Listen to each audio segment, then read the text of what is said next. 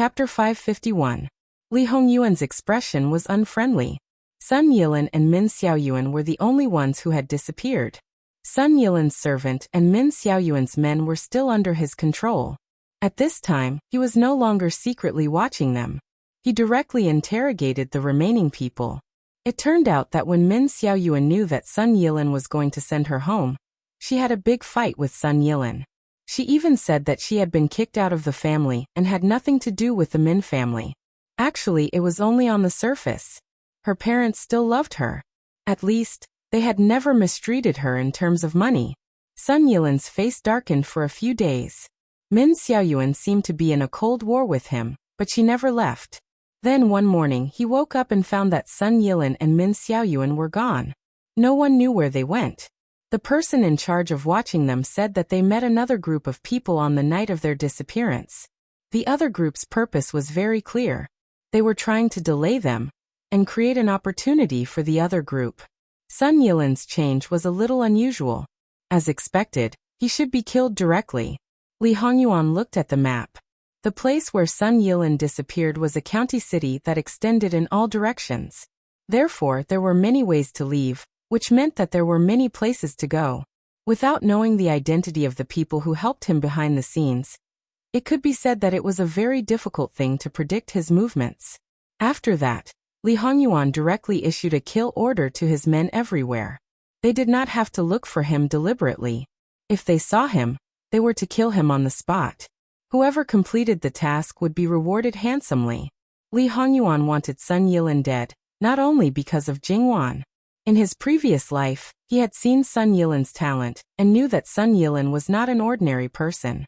Moreover, Sun Yilin's experience was very different from his previous life. A person who grew up with the flow of the world and a person who grew up with changes could make very different decisions. If Sun Yilin's previous life cared about the world, it was hard to say if Sun Yilin's current life. It was not impossible for Sun Yilin to join the enemy country and destroy Qi Yuan.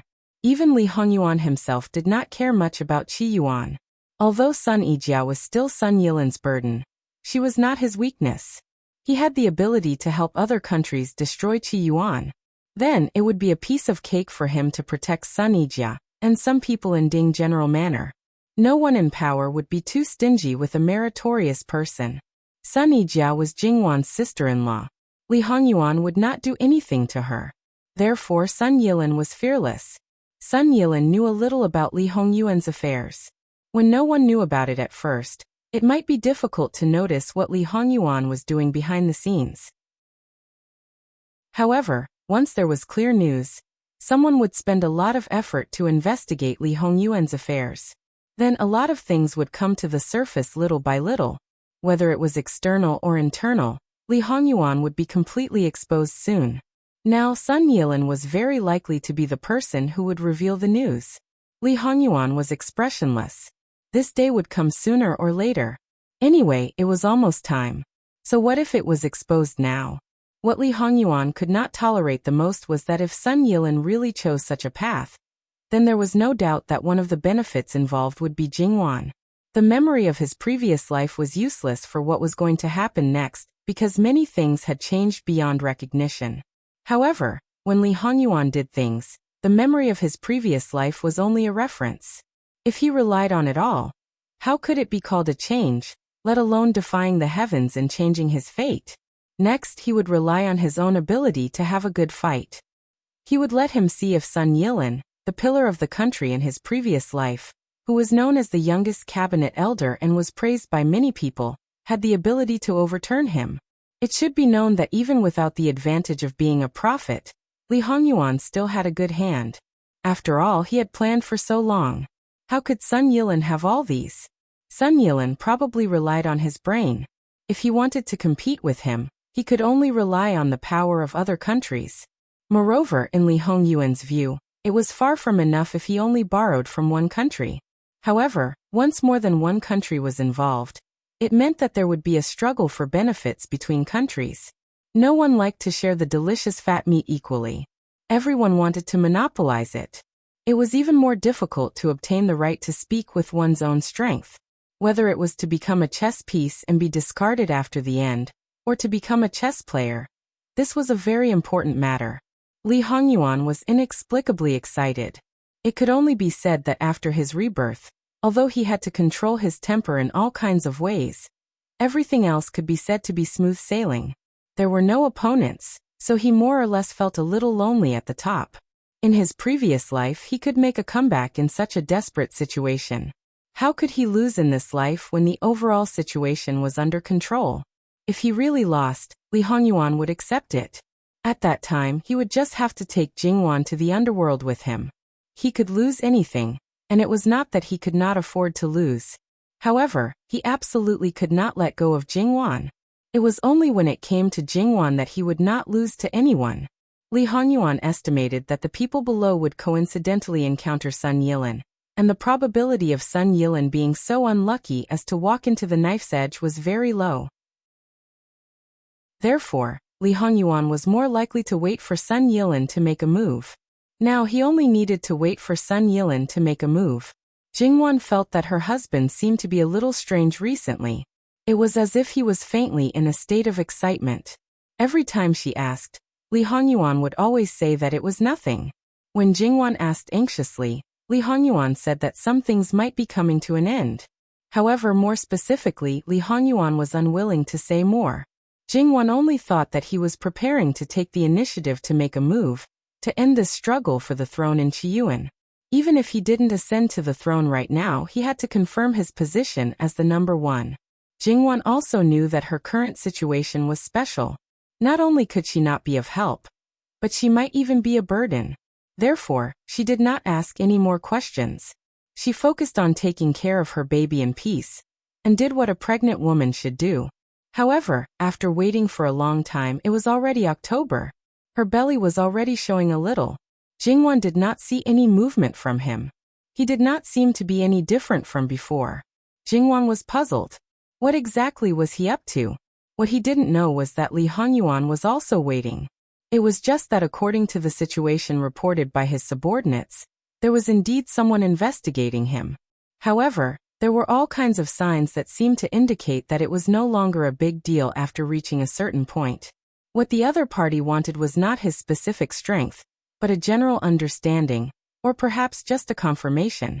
Li Hongyuan even waited for someone to report this matter to his good father, the emperor. However, in the end nothing happened. Even some of his plans and arrangements did not happen. This was really a little puzzling. Or could it be that his guess was wrong? The person who helped Sun Yilin was actually someone in Qiyuan, or even someone who was controlling the overall situation from somewhere in the capital. This possibility was really not big. However, Li Hongyuan still increased his control over the capital.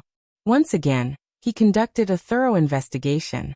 If someone was plotted against under his nose, then Li Hongyuan could slap himself a few times. After this investigation, he really found some small fish and shrimps. Now, it was obvious that there was no need to keep these small fish and shrimps. They were all found out and directly crushed to death. However, there was still a little accident. There was a very important clue that was broken. It was not someone else, but Yarao. At that time, because Prince Kong sent someone to Li Hongyuan, Jingwan directly went to the door. The person who suffered directly was the woman who was the brain of Prince Kong. However, this woman, Yarao, should not be underestimated. Her intelligence was outstanding, and she had a good disguise skill. In a situation of certain death, she escaped like a cicada and hid. Li Hongyuan's people found her real body. However, because it was clear that Yarao was a spy, and Li Hongyuan knew her identity, he kept her. At the critical moment, she might be able to be used. However, he originally thought that this person had always been under control. This time, he found that he did not know when the person changed. This person was just a person wearing a two-layer mask. An heir knelt down and asked for forgiveness. This was indeed their dereliction of duty. It was fine if the person slipped away, but they did not know when the person slipped away. This could not be forgiven. However, now was not the time to settle the score. Yara was originally a person of southern Qi. Originally, she had both talent and emotion, and she was also born with good looks. She was pursued by many young talents. Such a woman, if nothing unexpected happened, should have had a good future. However, the bad thing was that she was a concubine's daughter of the Marquis.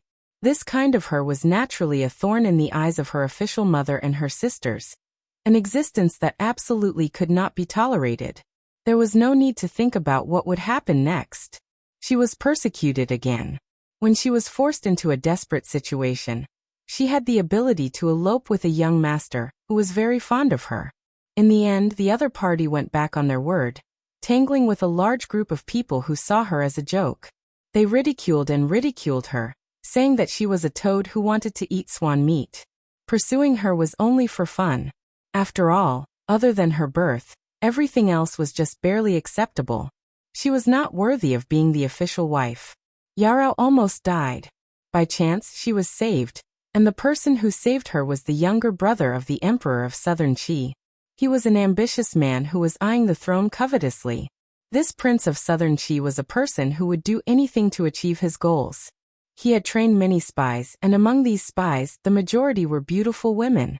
As a man, he knew very well that a beautiful woman could often accomplish things that many men could not easily accomplish. Clearly, the completely black-hearted Yarao wanted revenge. She wanted to slaughter all those who had humiliated her, and become the leader of these spies. There was one thing that was not quite the same as the others. That was, not only did she want revenge, she also wanted power. She wanted to become a person above others. She wanted to treat those men as playthings. And that ambitious prince also had a treacherous temperament. He promised Yarao that after everything was done, he would make her a marquess. When Yarao came to Qi Yuan, it was obvious that she held the line of communication with Southern Qi. A lot of things depended on her, whether it was sending out information or receiving orders from Southern Qi. But Yarao was only one of the people of the ambitious prince. Things like going deep into the enemy's country was something that the emperor should do. He had not yet obtained the power. How could he send people to other countries to jump around? In fact, in Li Hongyuan's previous life, he only met her when he attacked Southern Qi. She had always shown in Southern Qi. She had appeared in front of Li Hongyuan. To put it bluntly, it was a honey trap. However, at that time, Li Hongyuan was at most a beast in human skin. How could she expect him to have protective feelings for the fairer sex?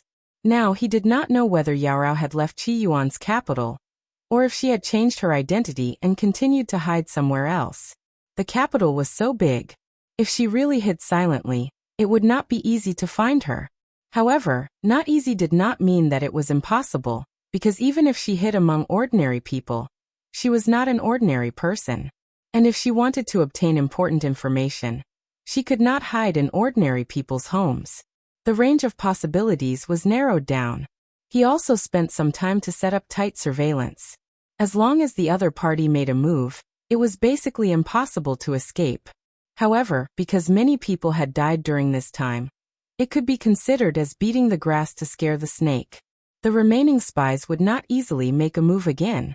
However, Li Hongyuan's subordinates did not let down their guard because of this. Just because they did not spread the news did not mean that there was no news coming in. In the end, in just a few days, a clue appeared. However, this clue was very obscure, and for a while they could not figure out what was going on. Li Hongyuan put the summary of matters on the desk, spread it out, and looked down with his hands behind his back. After half a night of pondering, Li Hongyuan finally grasped the end of the thread, and bit by bit, he found the answer he wanted. The corner of Li Hongyuan's mouth raised into a cold smile. This arrangement is really deep. It's been more than 10 or 20 years. Li Hongyuan did not make a move for the time being. He first asked someone to get a portrait, and then the next night, he went to the Ruan family. Ruan Ruizhong knew that Li Hongyuan would come in person under such circumstances, and it was definitely not a small matter. Ruan Ruizhong was sincerely for the country and the people, but his eyesight was not very good in the past, and he trusted a woman who cuckolded him and was a spy. Fortunately, after the feces on his eyes were wiped clean, he was not affected too much. I wonder if Prince has something important to tell this old official to come in the middle of the night? Ruan Ruizhong stood respectfully. Where is Madame Wei? Li Hongyuan went straight to the point. Madame Wei was naturally the second wife who cuckolded Ruan Ruizhong, and had an affair with his son. She was Ruan Fengfei's mother. Madame Wei's methods were good, and she had good martial arts skills. However, after some things were exposed, Li Hongyuan still kept her, only crippling her martial arts. He also had Ruan Ruiz Hong guard her closely. This old official will have someone bring her here. Madame Wei was originally very charming, but now she had been worn out and aged beyond her years. However, this woman's endurance was very good, and she still maintained her sobriety. When she saw Li Hongyuan, her eyes flashed with surprise and fear. But then she laughed. Jin Wangye is very courageous. With the current situation, to dare to enter the Ruan residence at night, it seems that everything is ready. Then I wish Prince success. Her voice was rough and hoarse, without the slightest bit of the original charm. Li Hongyuan looked at her indifferently, obviously not having the desire to speak. Then, an heir directly stepped forward and unfolded the paper in his hand. It was a portrait. No one spoke. Li Hongyuan only paid attention to her expression. His pupils shrunk slightly, but this was enough. It seems that you do know each other. Tell me everything you know, and Ben Wang will give you a quick death. Hearing this, Madame Wei knew that there was no room for her to quibble. When one's life was worse than death, a quick death was an extravagant hope. Madame Wei's heart was obviously struggling. What? Do you still have concerns in your heart? This prince kept you alive because I originally thought that you were the leader of the spies planted in Qiyuan, but it turns out that you are just a small pawn. Then the real leader of your group would definitely know about your situation. Before you were discovered by this prince, you could still be used as a cover. Now you are just a completely useless pawn. Let me ask you, the people you are worried about or the people you care about, if they no longer have any value in restricting you, will they be released or will they be killed? Wei Shi closed her eyes, and when she opened them again, there wasn't the slightest bit of emotion. Jin Wangye, I have to admit that you are indeed very capable. Those brothers of yours have been kept in the dark until now, not knowing who their real opponents are, but it is not entirely their problem. It's just that you can control the Qi Yuan in your hands, but what about the outside? You must know that there is always someone better than you. Are you sure that you will have the last laugh? Whether I can have the last laugh or not, it will naturally be revealed when the time comes. Madame Wei was surprised. She thought that a person like Li Hongyuan, who had the power and could play everyone in the palm of his hand, and he was still so young, logically, he should be very conceited. But it was not the case at all. He may not have put some people in his eyes, but he did not underestimate his opponents. He was cautious, serious, and did not become complacent even when he had the advantage. He was obviously just a young man. How did he do it? He became the final winner, so Madame Wei would not find it strange.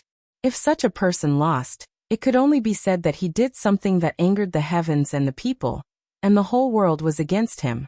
But the fact was, Ruan Ruizhong, who was called by the Qi Yuan as the mainstay of the neutral faction, was working for him.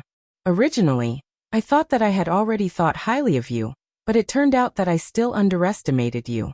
Now it seems that Feng Fei's taste was very good. She picked someone that others did not think highly of at first glance. Unfortunately, she did not have the slightest good impression of your highness. Perhaps this is my fault as a mother. I did not teach her well. If I taught her like a normal lady, perhaps the result would be completely different.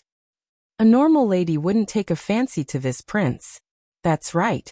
With your highness's reputation, a normal lady would indeed avoid you.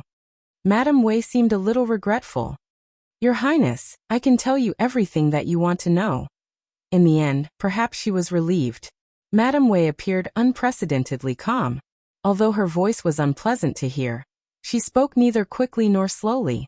She stood naturally, showing the grace of a noble lady.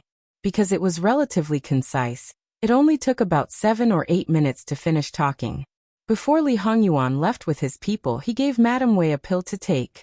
Tomorrow, the Ruan family could hold the funeral for their mistress. After all, Madame Wei had originally used illness as an excuse to recuperate at home. Now that she had passed away, it was not strange. As Li Hongyuan walked, he thought about Madame Wei's words. Decades ago, Southern Qi had the ambition to be like every other country. Their plans had begun at that time. They had sent out a large number of spies.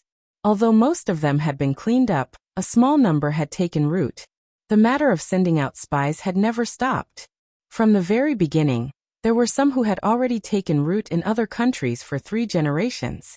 As long as these people were not exposed, no one would believe they were spies. Among the people planted in Qi Yuan, she had originally only held an upper-middle position. But because she had married Ruan Ruizhong, and Ruan Ruizhong had become a cabinet elder and trusted her greatly, she had easily obtained a lot of information. She had become the head of the intelligence gathering in Qi Yuan. That's right, she was only collecting information. The most important part of the orders from southern Qi was not in her hands. It was the person that Li Hongyuan had recently unearthed. The Marquis of Chongping. That invisible person in Chongping's manor, who had been set up as a puppet to shield his beloved concubine. Who would have thought that she would be such a person? Li Hongyuan wanted to say that compared to these women, compared to the women in the palace, his wife was like a little white rabbit, harmless, soft and kind. Digression. The Marquis of Chongping was mentioned in Chapter 212. None of the characters mentioned in the previous chapters were useless. https://www.bicken.com/11/11807/14864607. HTML. Please click here to report an error. Registration is not required. We will deal with it as soon as possible. After reporting, please wait patiently and refresh the page. Please remember the domain name of this book: www.bicken.com Mobile Edition. Chapter 552. For the time being, Li Hongyuan was still analyzing more things in his mind, not to mention his own wife. The Marquis of Chongping was the second wife of the Marquis of Chongping, and was actually a sister of Madame Wei. The two of them were both Madame Wei, and the second wife of the Marquis of Chongping had probably died a long time ago. Their corpses had been tossed to some unknown place. If the person who killed them still had some conscience, perhaps they would have buried them carelessly. If not, then the corpses would probably have been gnawed to the bone by wild dogs. The Marquis of Chongping was once one of the 4 dukes and 9 marquises, originating from the Chui clan. The Chui clan was also a large aristocratic clan, and had developed well. However, the Marquis of Chongping's residence had long declined. If not for the Chui clan supporting it from behind, it would probably have been completely destroyed. The current Marquis of Chongping might not be known to outsiders, but the people in the clan knew very well that he was a complete muddlehead. He had no ability and did not improve. He thought that he was infallible. Other than the empty title of Marquis of Chongping, he did not have any real position. Yet he still blamed the heavens and earth, finding excuses for him to indulge in a life of debauchery. He did not listen to anyone's advice and stubbornly insisted on doing things his own way. He had long disappointed the entire clan, and favored his concubines while neglecting his wife, causing the Marquis of Chongping's residence to be in a foul mood. The position of Marquis was bestowed by the great ancestor to the branch of the Chui clan that had helped him the most. Furthermore, it was clearly stated that only the direct descendants could inherit the title. Even the heirs could not inherit it. Otherwise, the Marquis of Chongping would have long been taken away by the other members of the Chui clan. A marquis was still of great use to an aristocratic clan. If it was managed well, it could bring endless benefits. Thus, no matter how useless the Marquis of Chongping was, he could not be allowed to lose his Marquis of Chongping. Of course, from the perspective of the entire clan's interests, this marquis would either be very capable and could hold up half the sky by himself and lead the entire clan to a better future, or he would be obedient and become a puppet. As long as he was in the hands of his clansmen, he would be neither superior nor inferior. The degree of unlikability of him would be second only to the current Marquis of Chongping. How's the investigation of Marquis Chongping's estate going? Replying to Master, the Chui clan originally wanted to support Marquis Chongping's eldest son to the throne. However, this person has been suppressed too harshly since he was young. Originally, he was somewhat intelligent, but he didn't learn anything that he should learn. Now he is extremely mediocre. Speaking of which, he does meet the standards of the rest of the Chui clan. However, Marquis Chongping wholeheartedly wanted to give the throne to the second son of his beloved concubine. Master, do you remember that a few years ago, when you were at the Summer Palace, there was a situation at the literary meeting right before you left? Li Hongyuan thought for a while. He still remembered some of it. What's wrong? At that time, Master once said that Marquis Chongping didn't fix the curtains and favored his concubine while neglecting his wife. He replaced his concubine with his wife, and wanted Marquis Chongping to be replaced by someone else. However, before they returned to the capital, Marquis Chongping ruthlessly acted, causing his eldest son to have a problem and become a cripple. The only person who could sit on Marquis Chongping's position was the second son. Thus, this matter was left unsettled.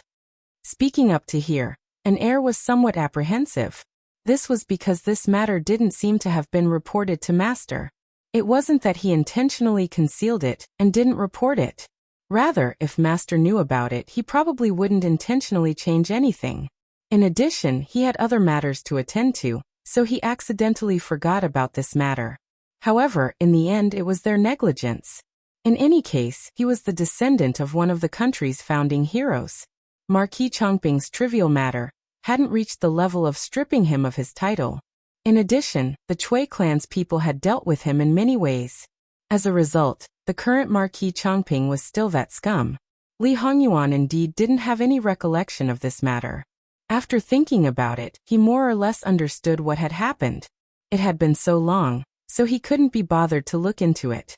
The people by his side knew that they had made mistakes. They also knew in their hearts that there was no need to punish them severely every time. The way of governing should occasionally have a limit to tension and relaxation. Li Hongyuan thought of how the eldest son of Marquis Chongping had violently beaten up the concubine he thought was his biological sister, who had actually replaced his younger brother's position. His words at that time, to him, had unknowingly supported him. However, in reality, it had only caused him to sink deeper into the mire. He had accumulated 10 to 20 years of resentment. At that time, he probably even hated Li Hongyuan. Li Hongyuan had never cared whether others hated him or not.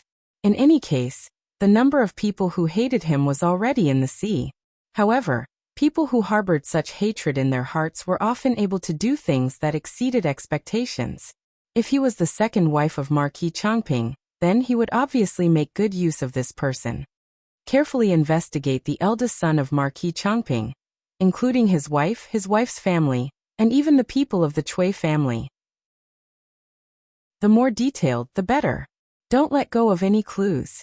Yes, Master. In reality, it was clearly a little too late to investigate now. However, since there was a possibility, he naturally couldn't let it go.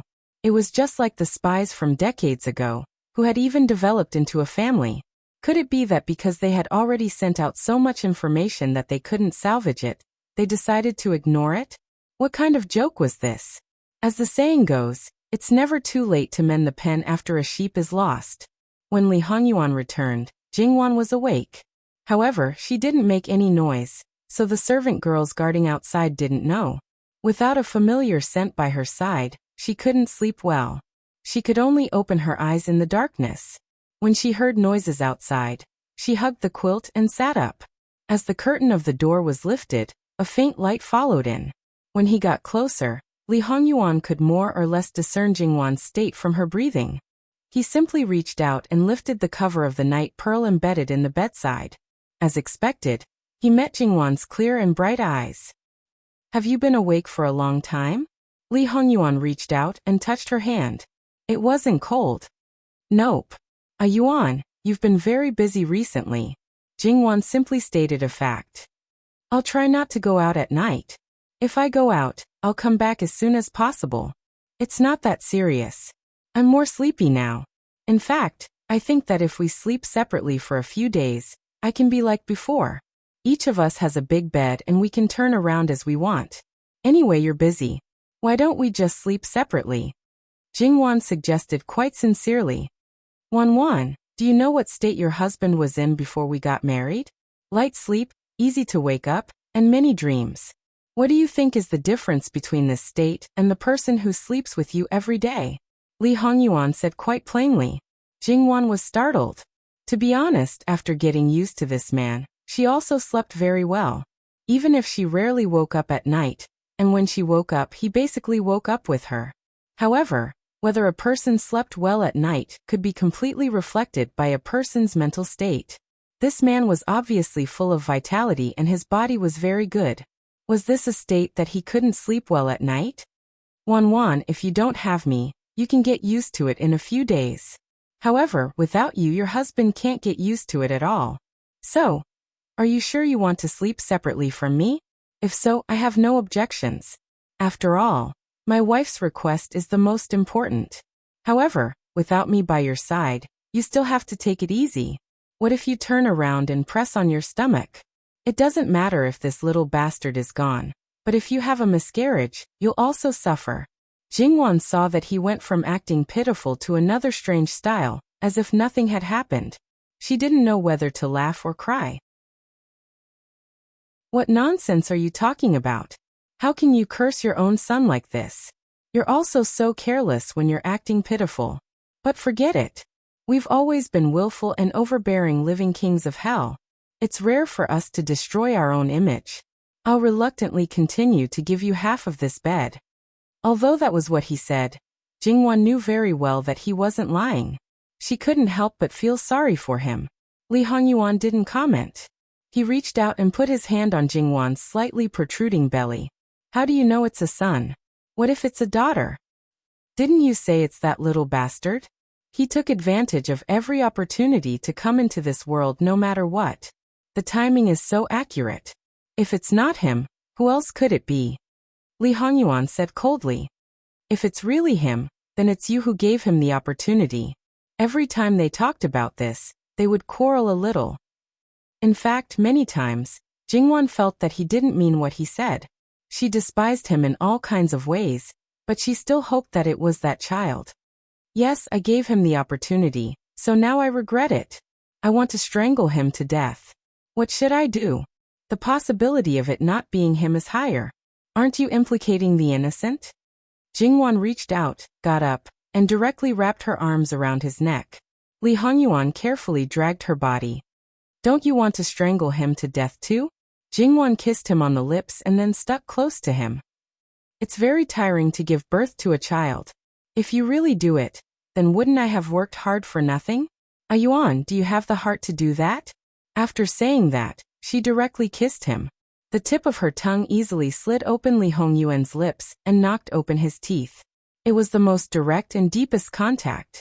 Although his wife was tempting him because of the unborn little bastard, Li Hongyuan didn't stand on ceremony and accepted it. It had already been the first 3 months, so some taboos had been lifted again. Of course, although the taboos were lifted, the frequency would definitely be greatly reduced, and basically, it would only be done once. This time, the interval was still very long. For the king of hell, it wasn't even enough to fill the gaps between his teeth. It was just an appetizer, and it was completely not enough to fill his stomach. Rather than this, he often felt that it was better not to eat. However, the appetizer could at least satisfy his appetite. If he didn't eat, then he would really be completely hungry. So, it was said that it would be a waste not to eat when there was an opportunity. Jingwan also only found out after the taboos were lifted. It seemed that after pregnancy, the body became more sensitive, so it was easier to obtain a sense of pleasure. It was more or less forcing a certain someone to drive fast. Obviously, a certain someone's face was even darker. Therefore, in order to make this man remember less of the unborn baby, Jingwan could only use other methods to serve him. It could be said that everything that she hadn't done before was done. It could be said that it was an unprecedented initiative, and the level of embarrassment was off the charts. However, as the saying goes, the first time is unfamiliar, the second time is familiar, the third time is familiar, and the third time is familiar, and the third time is nothing. Jingwan persevered and served a certain someone twice tonight, and then directly fell down. She was tired. And a certain someone, who had eaten his fill, hugged Jingwan and kissed her sweaty temples. He asked someone to prepare water, washed up, and then hugged her to sleep. When she woke up the next day, a certain someone was gone again. Jingwan wasn't very surprised. because the time used for morning exercises in the past was used for sleeping, so when Jingwan got up, it was already quite late. However, after only 3 months, Jingwan's exercise volume was also increasing. Everyone's physical condition was different, so the amount of exercise was definitely different. Jingwan moved as much as possible within her tolerance range, and even occasionally belly danced. Of course, she didn't shake her belly wildly. The people around her were a little frightened, but Jingwan felt good, and there was no discomfort. In this case, in less than 4 months, Jingwan felt the fetal movement for the first time, and it was relatively obvious. Jingwan was surprised at first, and a little nervous, and then she was full of joy. "Nanny, Nanny, the baby is moving in my belly." Jingwan immediately shared with Nanny Gong, who was giving her a massage. Nanny Gong was also surprised, and then carefully reached out to put her hand on Jingwan's belly. Under her palm, she could clearly feel it. Nanny Gong had seen pregnant women before. When Sun Yijia was pregnant, she helped to take care of her, but this was the first time she felt such a close touch. Moreover, Jingwan's baby was definitely different from other people's, so she was happy and nervous, and then hurriedly took Jingwan's pulse. Her pulse showed that everything was fine. Even so, Nanny Gong was still worried, and asked someone to call Gong Jiu over for another diagnosis. Other people who knew about this matter didn't think that Nanny Gong's method was inappropriate. https://www.bicken.com/11/11807/14894863.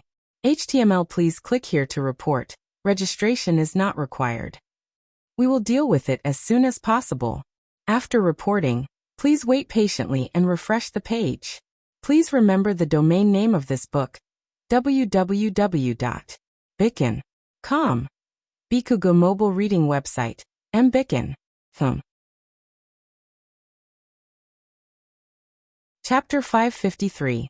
After Jingwan calmed down, she even put this matter to the back of her mind. When Li Hongyuan came back, she didn't even want to share this matter with him. In the end, it was the people around her who couldn't help but interrupt. Speaking of which, everyone had more or less seen pregnant women, whether it was early or late, but some people never paid attention to it. Li Hongyuan was naturally one of them. So regardless of whether he liked the child in Jingwan's stomach or not, at this time, he was still a little curious. Just like some silly fathers, he wanted to lie on his wife's stomach and listen to the child's movements. Of course, he wouldn't go to that extent. He couldn't help but reach out and touch Jingwan's stomach carefully. Obviously, he also wanted to feel it, but there was no movement. Unwilling to give up, he touched it again. Other than feeling a slight bulge in her stomach, he didn't feel anything else. Jingwan thought to herself, "Silly baby, your father doesn't like you to begin with. Now that he wants you to make a move, why don't you take the opportunity to please him? If you're really the boy in his memory, you should do something." Then Jingwan's stomach really moved, and it was quite obvious. Li Hongyuan's eyes flashed with obvious surprise. How should he put it? It felt very strange. There was also a trace of gentleness on his face that he didn't even notice. After all, this was his blood after all. He didn't have a good impression of the child, because before the child was born, Jingwan had to suffer. After the child was born, it would distract Jingwan. As for the inheritance of the bloodline, it was actually an instinct. Jingwan beamed with joy. She felt that her baby and her heart were connected. As for the possibility that it was a coincidence, she didn't want to admit it. However, her smile didn't last long. After seeing her expression, the gentleness on Li Hongyuan's face disappeared without a trace. It was as if it had never appeared.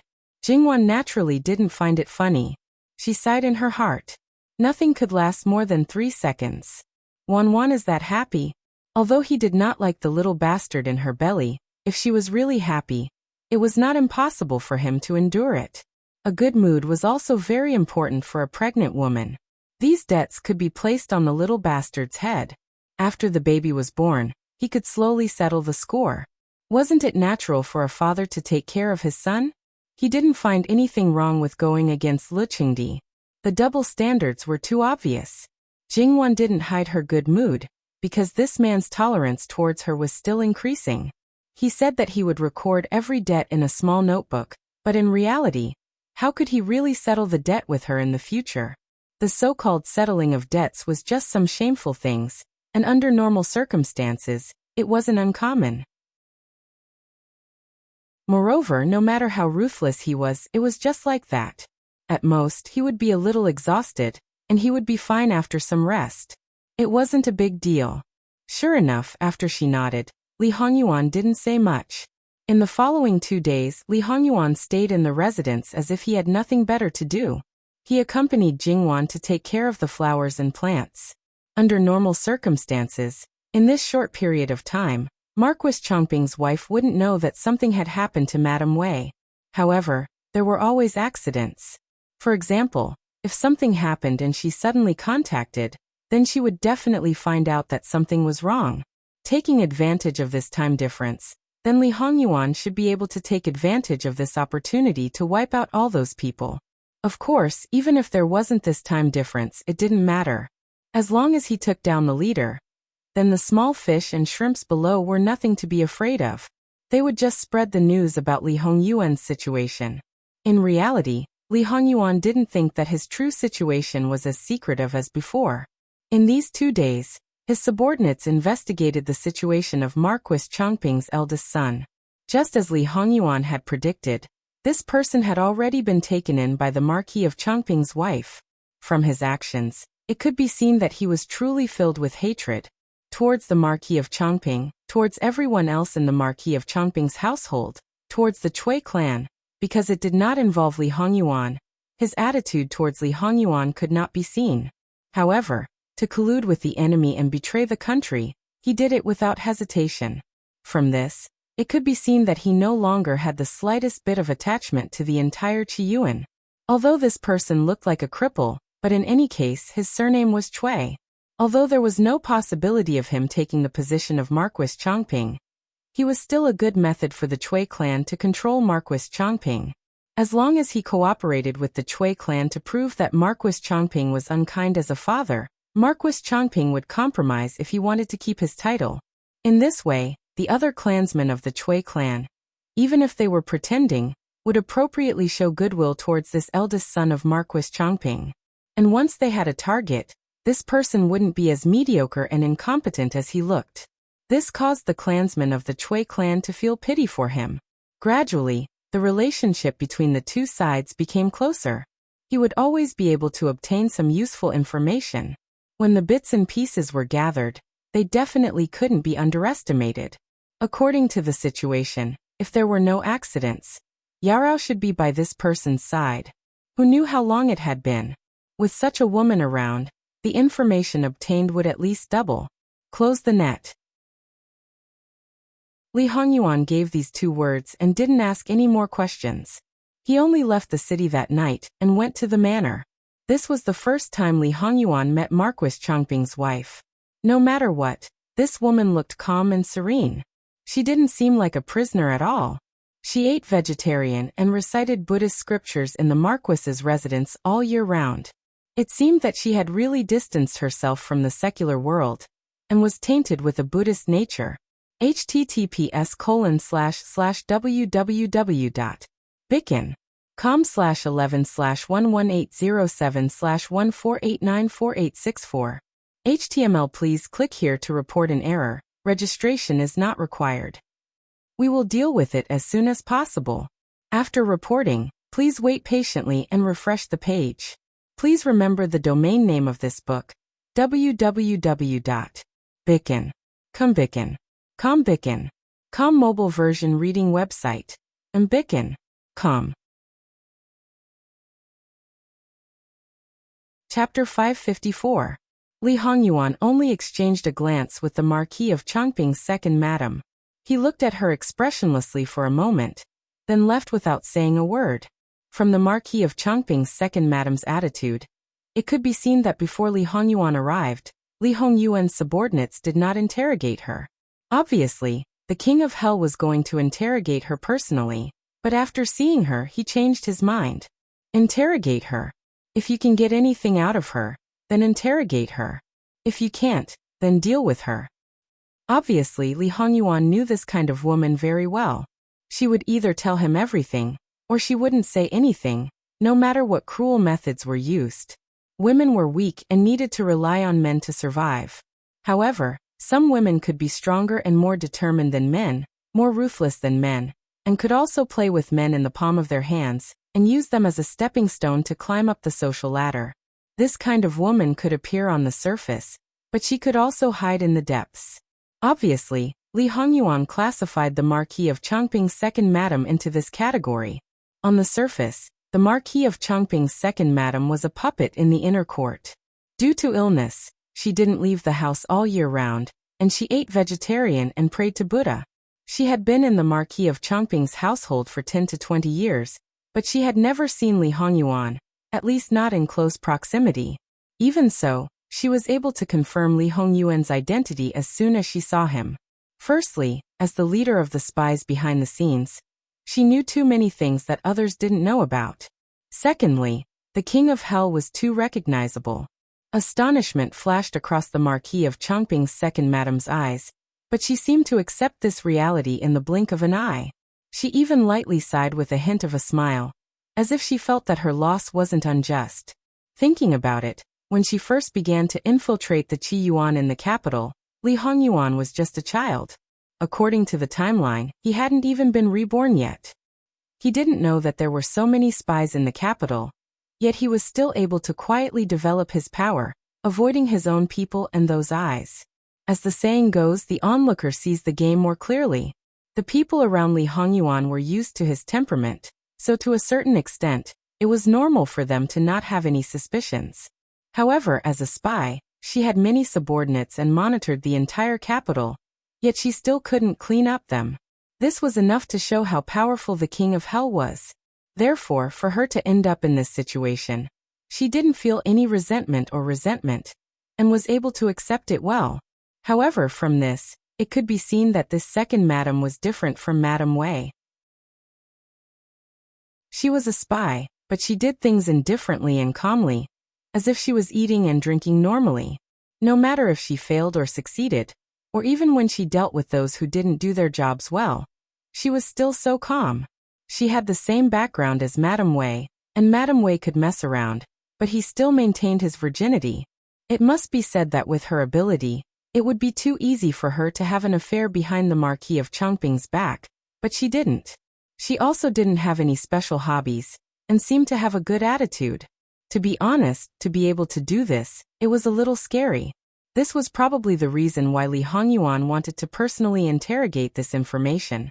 But after seeing it, it seemed to be beyond his expectations, so he decisively gave up. The second madam of Chongping looked in the direction Li Hongyuan left for a long time. As expected, there are new talents in every generation.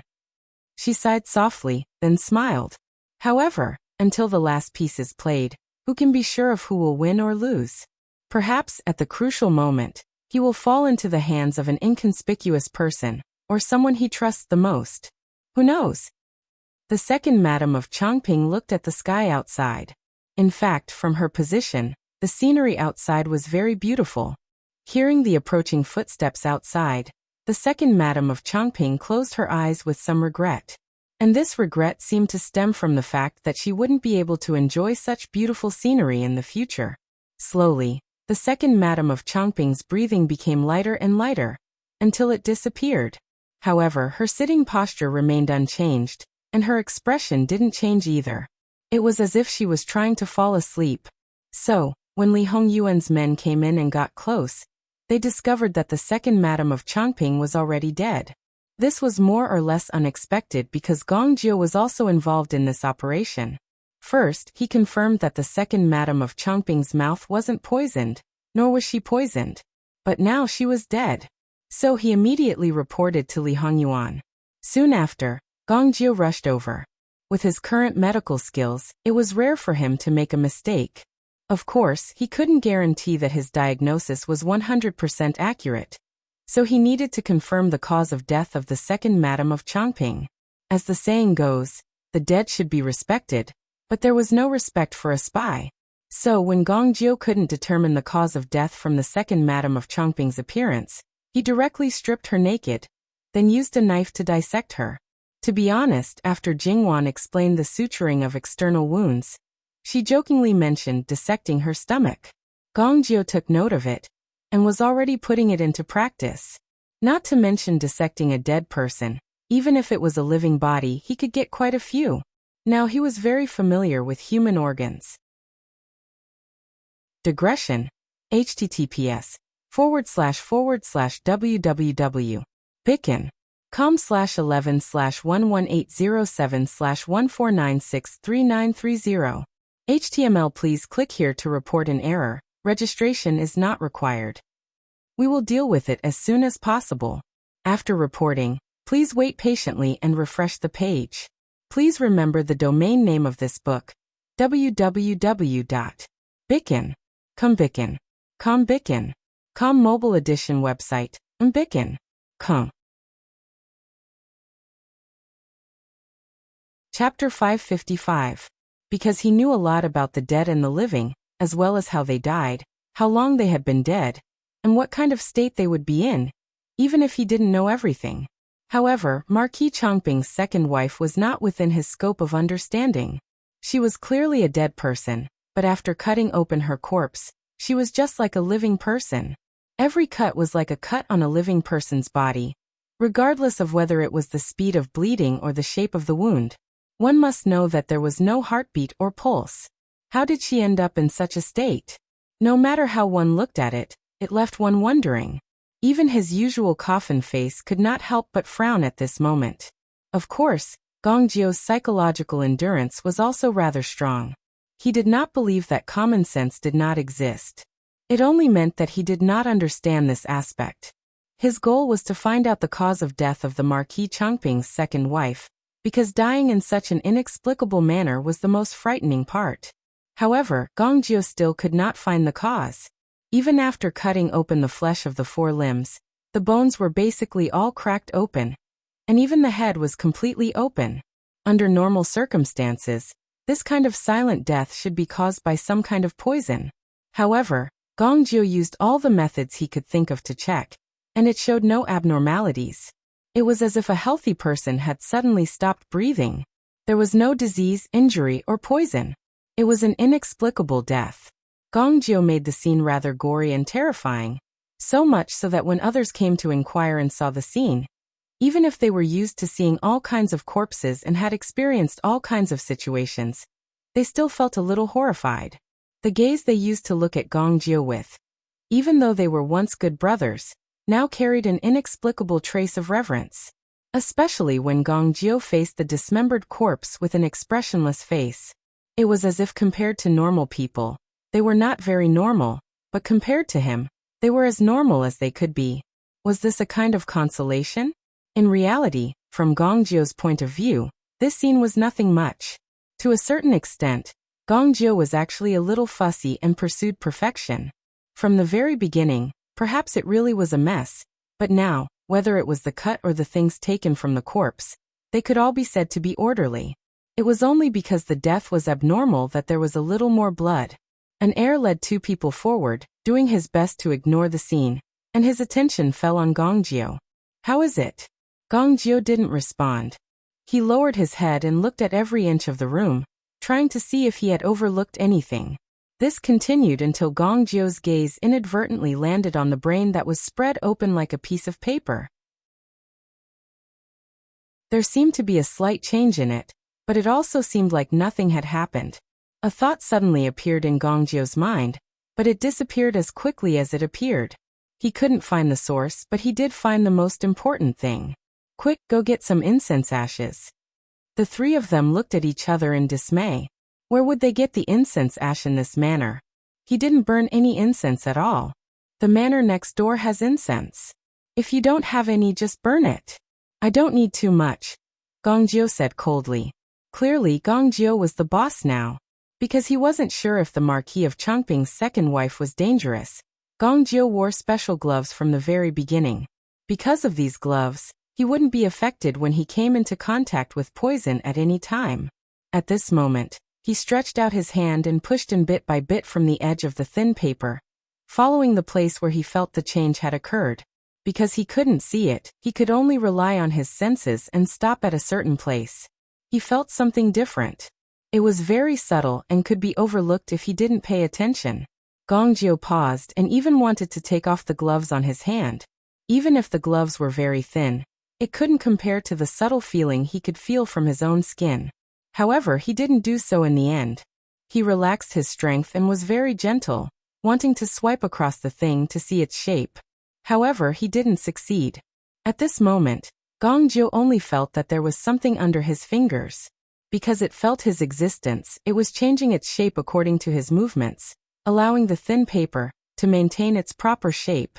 Perhaps because he found the source, Gongjio wasn't in a hurry. He was very patient and relied on a very subtle feeling to confirm that the thing hadn't slipped away from his hands. That was enough.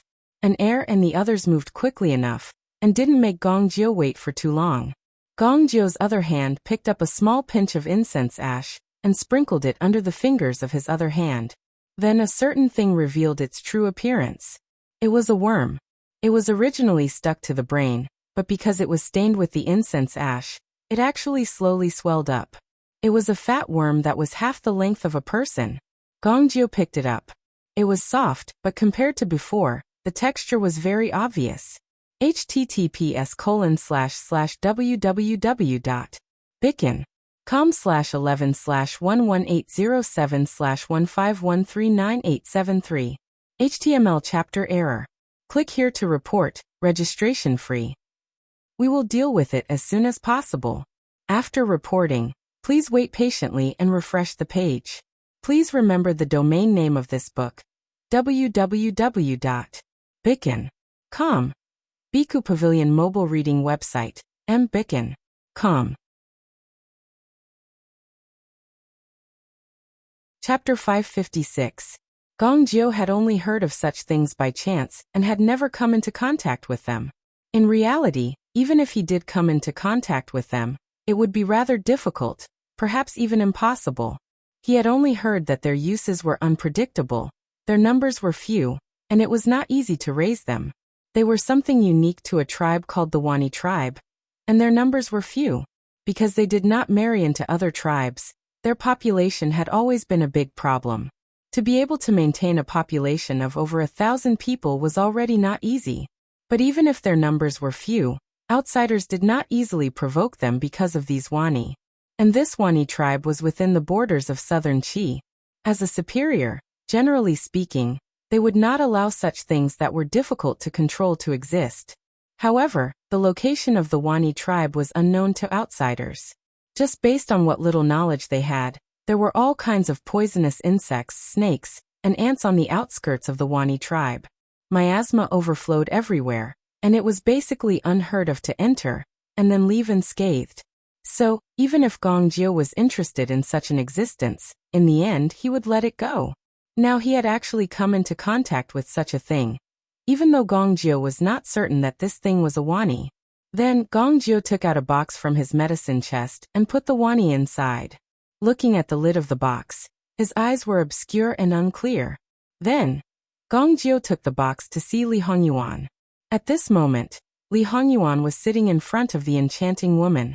The enchanting woman's disguise was rather brilliant, but now she was slightly miserable, because a layer of human skin mask had been torn off her face. Each layer was a different face.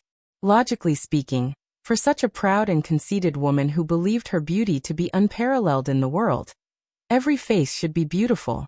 However, this was not the case. Not only were there unremarkable faces, there were even old women.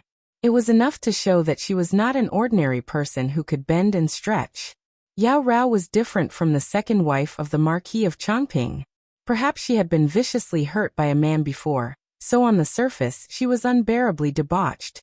However, on the inside, she actually treated men as playthings. She wanted to play with all the men in the palms of her hands, trample them under her feet, and make them become subjects under her skirt. What she enjoyed was the process of conquering them. She was different from Wei Shi of the Ruan Manor. After all, what she wanted was pure carnal desire. Therefore, when the second wife of the Marquis of Chongping saw Li Hongyuan, she could still smile peacefully and sigh. Seductive was all kinds of debauchery. It was truly seductive to the extreme. After all, when she first saw Li Hongyuan when she entered the capital, she had already developed feelings for him. In a situation like this, it usually wouldn't end well. However, if she could seduce him, there was still a chance of survival. However, it was clear that this method was completely useless in front of Li Hongyuan. As for the reason why he was still here, to a certain extent, it could be said that his mood wasn't too good. It was obvious that Sun Yilin didn't act according to his expectations. If it wasn't related to Jingwan, perhaps he would still be very patient. Clearly, because it was related to Jingwan, it was inevitable that his mood would be a little irritable. He had to find a place to vent. However, because Jingwan was pregnant, Li Hongyuan didn't want her to worry. Therefore, he did his best to suppress his temper and not let it explode. Because once he completely vented, it would inevitably leave traces. As such, not to mention Yao Rao, even the people around him didn't notice his mood. However, the people around him, based on their experience or intuition, felt that something was wrong. They all tucked their tails between their legs and carefully buried their heads in their work. Only Yao Rao was doing her best to court disaster. Not to mention the teasing words, being tied up. The movements of her limbs were not small. On the contrary, because of the rope, some places were even more obvious, appearing particularly seductive. However, Yao Rao was singing her one-man show energetically. However, the men present, not to mention the main character, the others also didn't bat an eyelid. After a long time, wouldn't it be awkward? Yao Rao was so angry that she even suspected that these men couldn't do it. Of course, there was also a faint fear in her heart. The more it was like this, the more likely it was for her to survive. She didn't want to die, not only because of her supreme ambition, but also because of her unavenged hatred. Because of a series of unforeseen events, it was clear who the initiator was. Yao Rao naturally couldn't treat Li Hongyuan as a flower vase. This man had deceived everyone. In fact, this kind of man made Yao Rao want to conquer him even more. Therefore, even if she knew that there would be a bad ending, she couldn't help but be excited. Everyone says that Jin Qinhuang has been through thousands of flowers. Could it be false? Yao Rao's gaze fell on a certain place on Li Hongyuan's body. She licked her lips. Her eyes were like a seductive hook. Li Hongyuan was originally just sitting quietly with his legs crossed, and his hands naturally placed on his lap. Suddenly, he changed his sitting posture. Leaning forward slightly, he raised his hand and ran his fingertips over his eyebrows. Go, take off that face. Benwang wants to see if there is a human skin mask underneath. Yao Rao's true appearance, Li Hongyuan naturally had seen it before. Even if it was a long time ago, when he saw it again, there would always be some impression. A person beside Li Hongyuan answered and calmly stepped forward. He reached out and traced a circle around Yao Rao's entire face. His fingers were a bit cold, making Yao Rao shiver for no reason and shrink back. Jin Qinhuang Yi, it's not like you haven't seen Nujia before. Whether this face is real or not, you still don't know. You should also believe that the person beside you isn't. And the person in front of her took out a small knife and suddenly smiled. Whether there is more inside or not, take off this face and you will know. Digression. https://www.bikin.com/11/11807/15139874. HTML chapter error. Click here to report. Registration free. We will deal with it as soon as possible. After reporting, please wait patiently and refresh the page. Please remember the domain name of this book. www.bikin.com. Com Mobile Edition. Chapter 557. And the person in front of her took out a small knife, then suddenly smiled. Whether there's more inside or not, you'll know once you take off this face. As a shadow guard, if he didn't smile for a long time, then his fake facial paralysis would become real facial paralysis. So when he suddenly smiled, wouldn't that be especially terrifying? However, what really made Yao Rao afraid was the content of those words. As a woman whose face was the most important weapon, Yao Rao had always maintained her beauty. Don't look at how she didn't care about those human skin masks. Even if they were ordinary or even ugly, they were only needed to conceal her identity.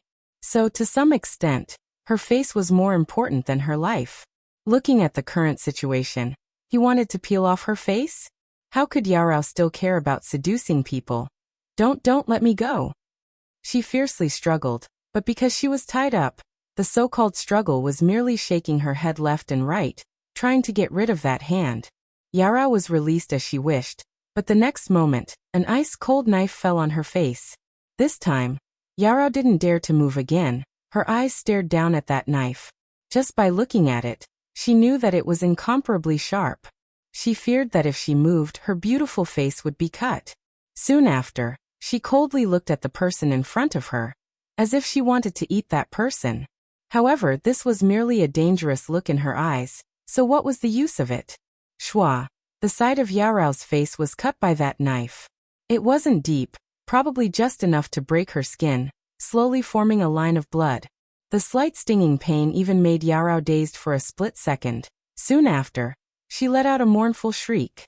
She was caught off guard, and the closer she got, the stronger the attack she received was. The facial paralysis standing in front of her instantly cracked, and resisted the action of rubbing his ears. But before he could take any further action, Yarao cursed loudly. Disgraceful thing, you actually dare to injure my face, you actually dare to. The shadow guard expressionlessly brushed his hand twice, using his action to tell her that there was nothing he didn't dare to do. Yarao seemed as if she was about to collapse, shouting and screaming. She completely didn't care about the image she usually maintained. Since it didn't work, she changed the target. Li Hongyuan, are you a man or not? How could you do such a thing? Even the women in the inner courtyard are rarely like you. The air seemed to stagnate.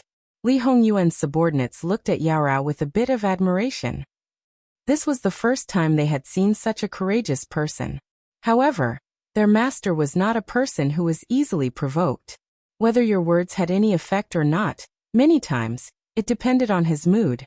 Li Hongyuan was originally sitting leisurely, his head lowered as he fiddled with the jade thumb ring on his hand.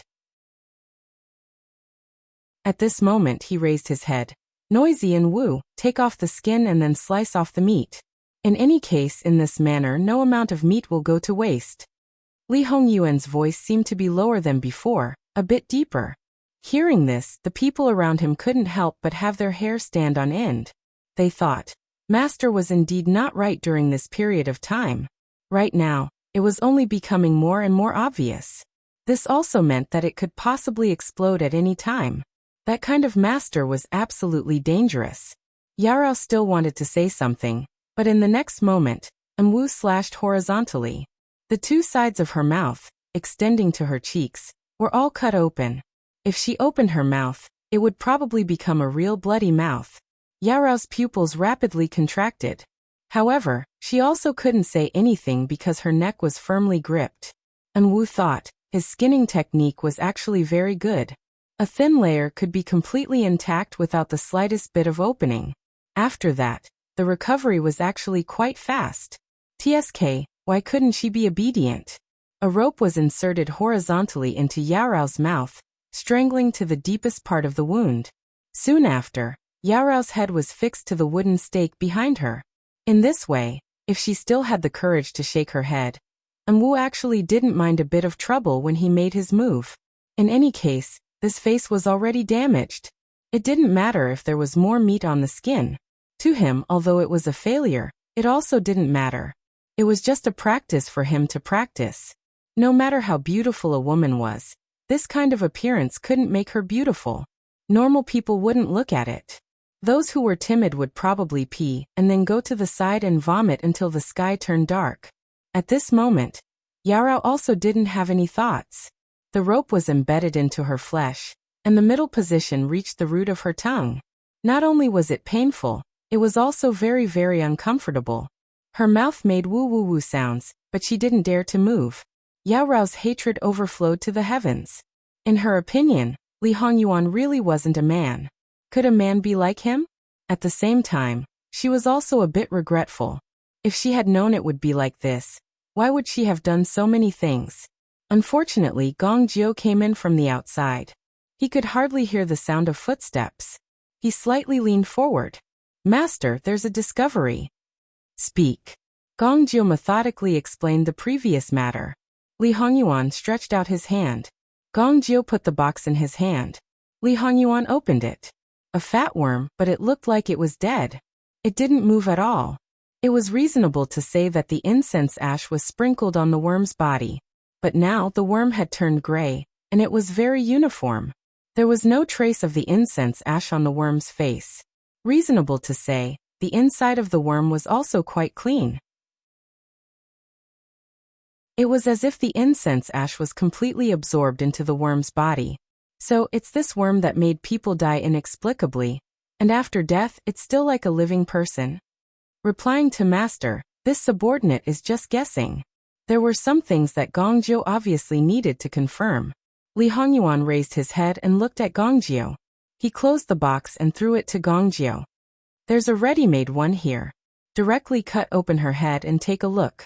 A living person and a dead person should be different. Gong Jiu, after the worm is taken out, it's best to make sure she's alive. This subordinate will try his best."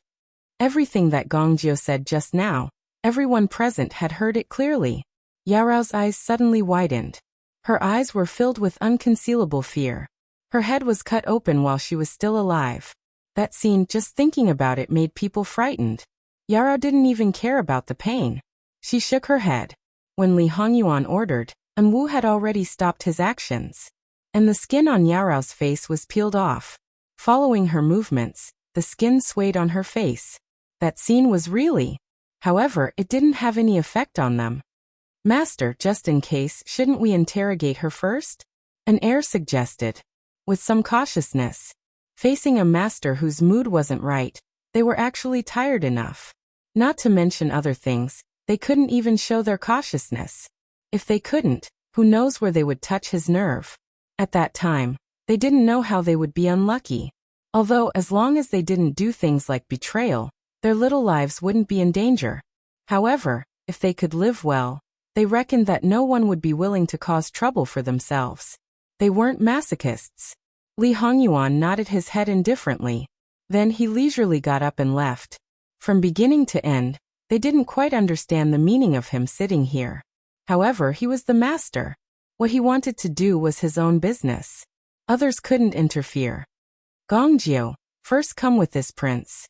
Outside, Li Hongyuan stood with his hands behind his back, looking at the sky. "How much do you know about gu worms?" Not to mention other things, just the effect of this worm made people have no choice but to be on guard. Gong Jiu simply said what he knew. Li Hongyuan turned back and looked at him with particularly calm eyes. It seemed that there was something condensed in the depths of his eyes. "This is all you know? A very general outline?" Li Hongyuan's gaze fell on his hand. It seemed that he only knew about this thing. How did he know the method to control this thing in his hand? He also knew how to keep it, and happened to have a suitable box. Gong Jiu obviously also understood that there was something wrong. However, he really only knew that. Even if he deliberately dug up his memory, it was still the same. Previously, it seemed that after meeting the little thing in his hand, he naturally knew how to deal with it. Gong Jiu was very sure that he didn't have any memory loss. He could completely connect it, and there was nothing wrong with it. In reply to Master, this subordinate indeed only knows this. Gong Jiu slightly bowed his head and replied, "Don't suspect the people you use." This principle didn't apply to Li Hongyuan. It was said that he didn't trust his subordinates, but he didn't hesitate to instruct many things. However, it was also a joke to say that he trusted his subordinates very much. Under normal circumstances, Gong Jiu's situation would make his master suspicious. Li Hongyuan didn't express anything at all. He just waved his hand. Gong Jiu's brows furrowed slightly. Although he was used to Li Hongyuan's style, he still felt a little uneasy. He couldn't tell what he was thinking, but he didn't explain himself. He respectfully replied and left. Li Hongyuan casually picked up a leaf. There were indeed many things that had changed. At least in his previous life, he had never heard of such a thing. Of course, the possibility that he just didn't discover it was more likely. Otherwise, he would have made preparations for it in this life. However, there was one thing that Li Hongyuan was certain of. This thing sounded mysterious, but it was still not possible to use it silently. There should be a lot of limitations. Southern Qi had begun sending spies to other countries decades ago. This point definitely wouldn't change because of his rebirth. In his previous life, he believed that in the early stages, no one had thought highly of him. In the end, he had seized the Qiyuan Empire. It was 100% certain that he had interfered with some people's plans. Those people had no reason to let him go so easily. Whether it was in the palace or on the battlefield, he was different from other emperors. It was probably that there were fewer people, and even fewer people who could come into contact with his body. Therefore, this insect needed to be in close contact, and it wasn't likely to be silent. There would always be some signs. In addition, this thing was difficult to raise, which meant that it was rare. As for how rare it was, perhaps it could be verified by looking at Yarao. If there were a lot of them, these spies should all have them. Gong Jiu prepared to go take a look at the body of Marquis Changping's second wife. Without the insect, there should be some changes. However, halfway there, Gong Jiu was stopped. Because of Yarao's super big mouth, her words leaked out, and many words couldn't be heard clearly. In a situation where there was no other way, she really couldn't bear it. She was just a spy from another country, so Gong Jiu naturally didn't have the kindness to disinfect or anesthetize her. Rather simply and crudely, he directly sewed up Yarao's face. When Yarao cried out in pain, he unceremoniously used a silver needle to shut her up. Everyone else watched silently, and then looked again at the swaying silver needle. Obviously, he could have used it to stop the pain in another place. Sure enough, Gong Jiu was a blockhead who didn't know how to be tender and protective of the fairer sex. But he forgot that he also didn't know how to be tender and protective of the fairer sex. For example, when Shadow 5 made his move, did he hesitate for even a breath? After it was done, Yarao seemed to only have one breath left. The interrogation continued, but Yarao was not as happy as before. She knew very well that even if she told everything, she wouldn't have a good end. As a shadow guard, it was basic for him to observe people's expressions. It was difficult for him not to know what Yarao was thinking. If you tell me quickly, can you die quickly?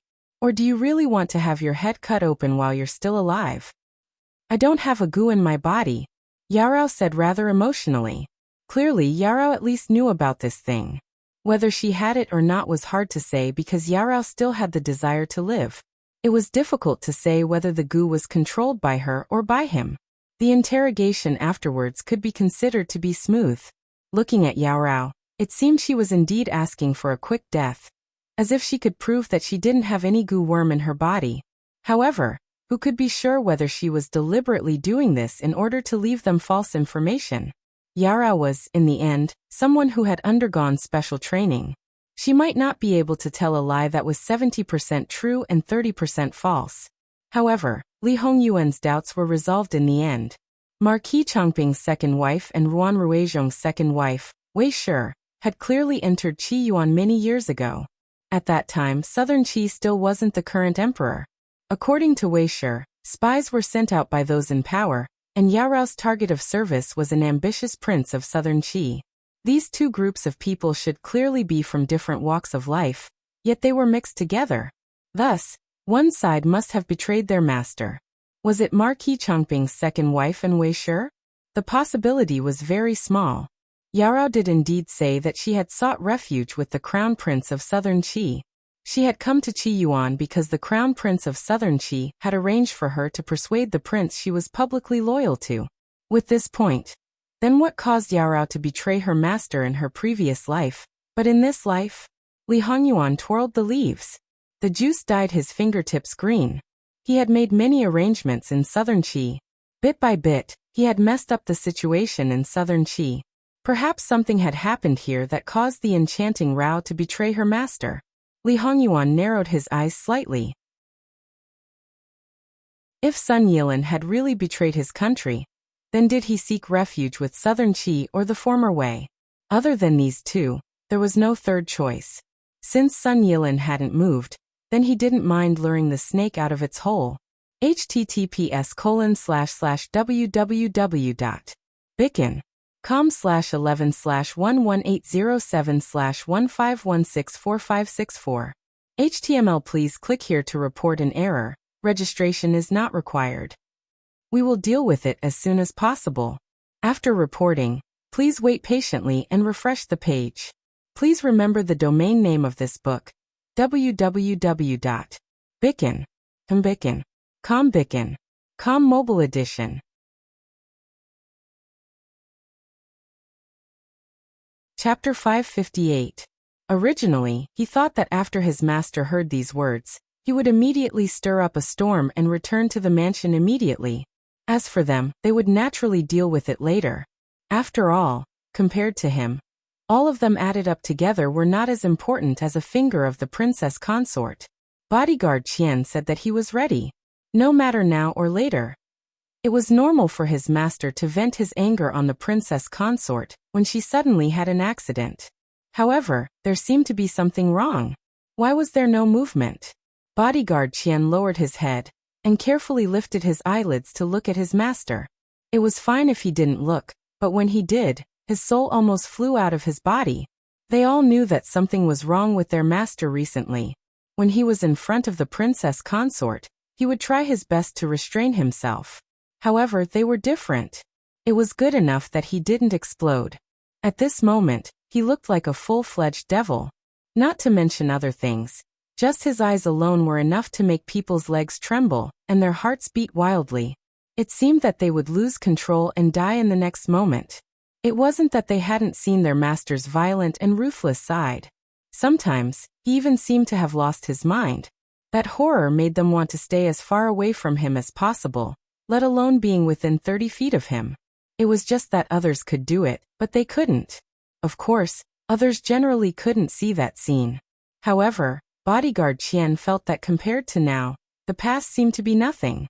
Obviously, nothing had been done yet.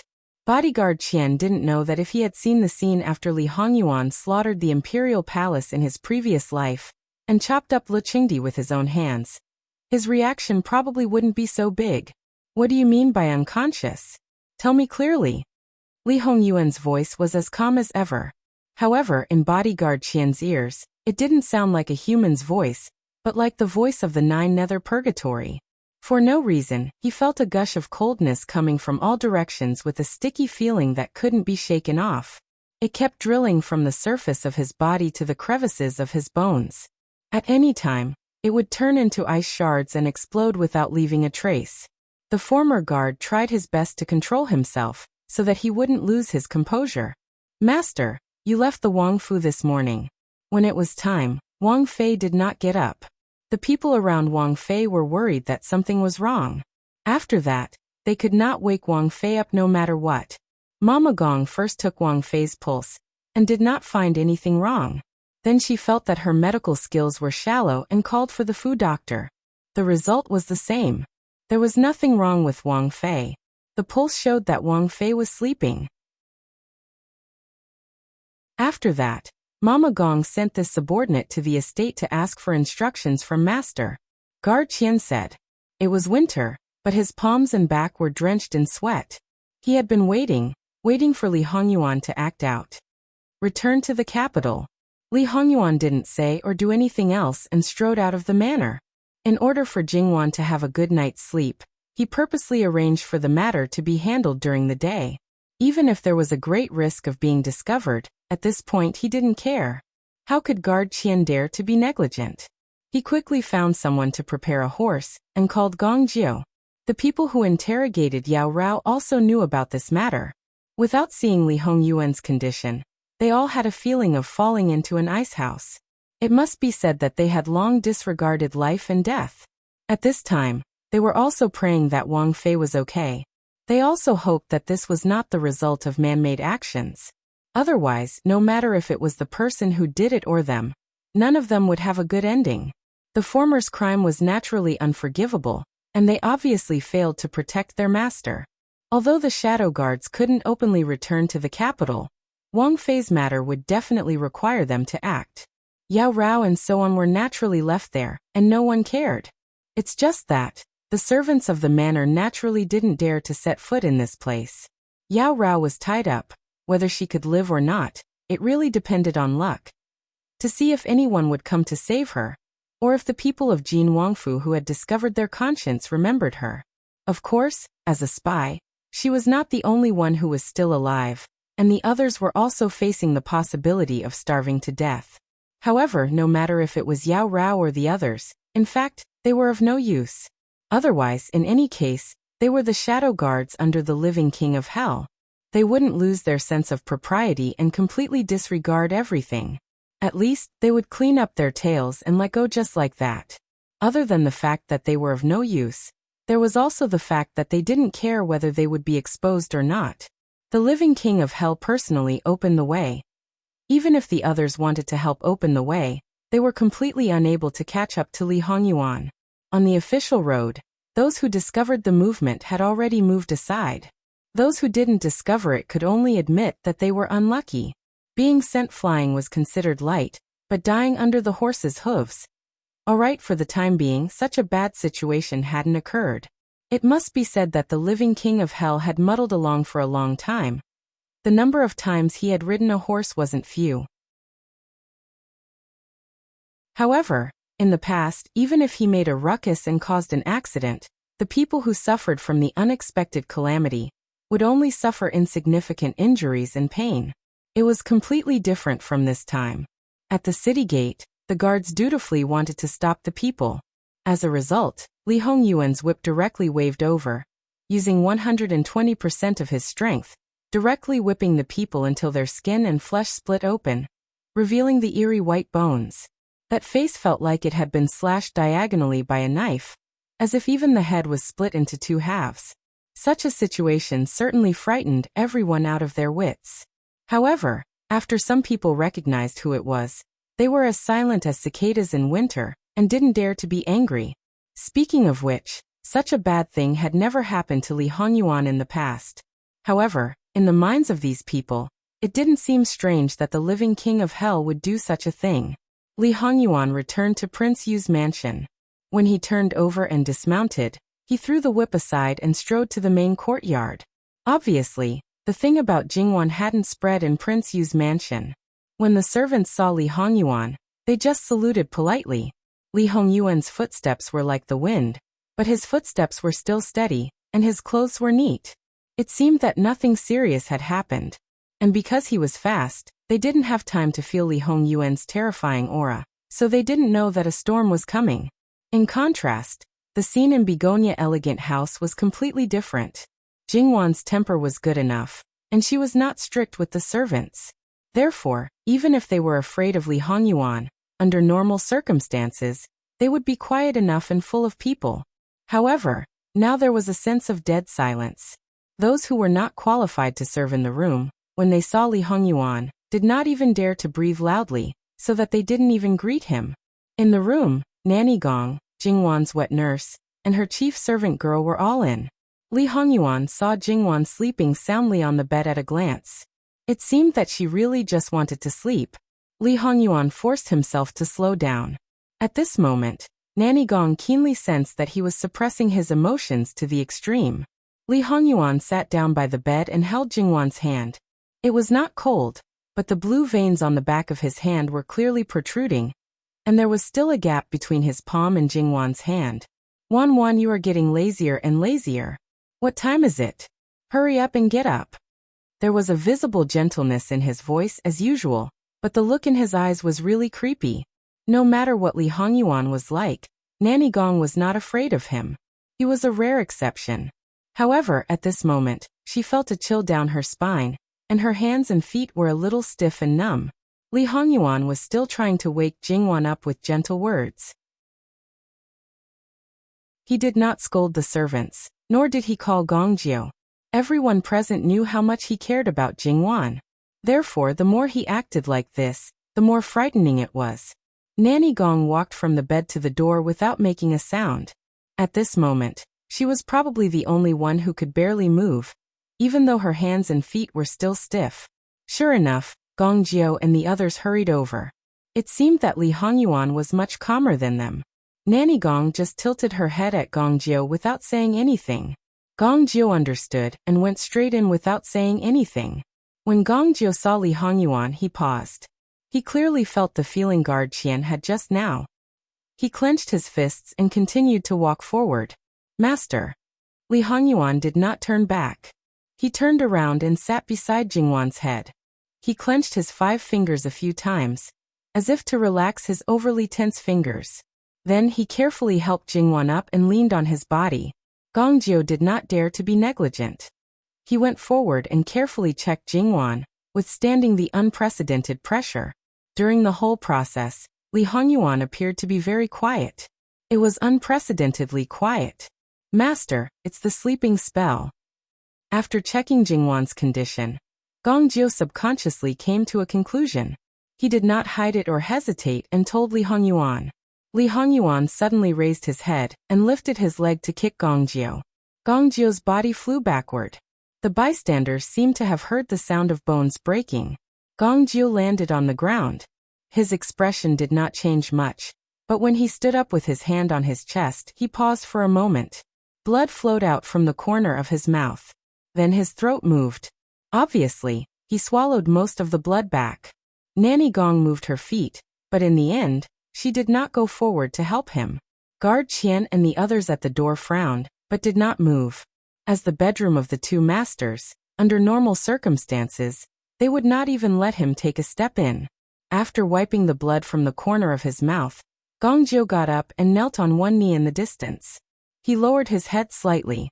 He could roughly guess the reason for the kick. He clearly did not understand the spell, but at this time, he knew that it was the result of the spell. Not only that, of all times, something happened after he knew about the spell. Gong Jiu felt that if he were in Gong Jiu's shoes, he would be suspicious as well. However, he had nothing to explain now. Unsolvable. Li Hongyuan spoke again, but it was obvious that his voice was much lower. Your subordinate is incompetent. In this situation, it was simply more powerless than not knowing. Find out how the sleeping spell works and when it works. Li Hongyuan glanced at all the people present. If anything happens to the princess consort, Li Hongyuan did not need to say the following words. They all knew what the consequences would be. Li Hongyuan gently brushed the hair on Jingwan's temples, slid down her cheeks, and finally fell on Jingwan's lower abdomen. Then he felt the movement under his palm. He did not know if it was an illusion, but the frequency of the little guy's movement seemed to be different from before, as if he had sensed his mother's situation. However, this showed that the sleeping spell did not affect the child. When he could not wake up Jingwan and did not respond to his words and actions, the child's movement, to some extent, gave Li Hongyuan a little comfort. Get some food. At this time, of course, no one was so ignorant as to not know what Li Hongyuan wanted to eat. Perhaps Nanny Gong had already expected Jingwan's possible situation, so she was prepared in advance. Therefore, a bowl of carefully prepared porridge was quickly served. Li Hongyuan was very patient and fed Jingwan small mouthfuls. In reality, Nanny Gong and the others had tried to feed Jingwan before, but even if it was just porridge, she could not swallow it with a spoon. Now that Jingwan finally ate it, they heaved a sigh of relief. As for the way the prince fed her, no one would blush or blush. At a time like this, no one could care about that. Then Li Hongyuan personally wiped Jingwan's face and hands. After looking at Jingwan for a while, he seemed to think of something. He asked Nanny Gong to get a book, held Jingwan in his arms, and began to read unhurriedly. Li Hongyuan's state puzzled the maids more or less. When the princess was in trouble, he did not seem to be anxious. But didn't Dr. Gong say that there was no cure for the sleeping spell? Then what was going on? However, as people who had followed Li Hongyuan for several years, they basically knew his current situation. He looked fine now, but in fact he was already stretched to the limit. The reason why he hadn't snapped yet was because he was forcing himself to hold on. He knew very well that if he were to go crazy at this time, if he were to lose his mind, the consequences would be even worse. It wouldn't benefit Jingwan at all. Coincidentally, it would also allow some people to easily get what they wanted. Therefore, he was calm and unhurried. It was as if things would move in the opposite direction when they reached an extreme. If he moved one step faster, he would lose control of his rhythm. However, no one knew how long he could maintain his current state. Moreover, no one knew what he would do if the sleeping spell could not be cured. No matter what the result was for him, either Jingwan would be safe and sound and the string would be loosened, or he would break directly. However, no matter what the result was, it would definitely cause great harm to him. Although Nanny Gong did not like some of his methods, she had watched him grow up. He was the only child of the imperial noble consort.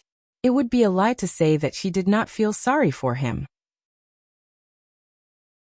In addition, the princess consort rarely went out recently, and when she went out, she basically did not come into contact with any outsiders.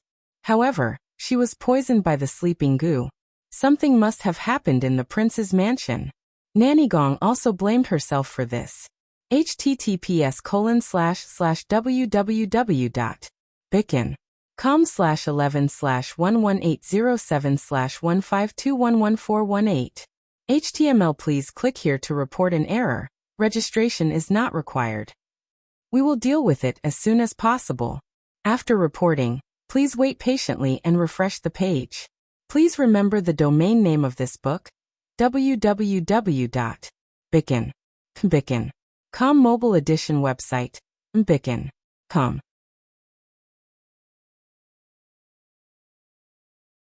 Chapter 559.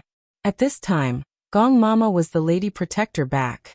Because the guards in the Wangfu were loose on the outside but tight on the inside, Gong Mama was not worried about this. As for the other servants in the Wangfu, they would be in contact with Jingwan directly or indirectly. Although it seemed that Jingwan's wet nurse was in charge, Gong Mama would secretly check on them. If she found something wrong or dissatisfied with it, she would replace them. In the end, she was still careless? Gong Mama was not sure.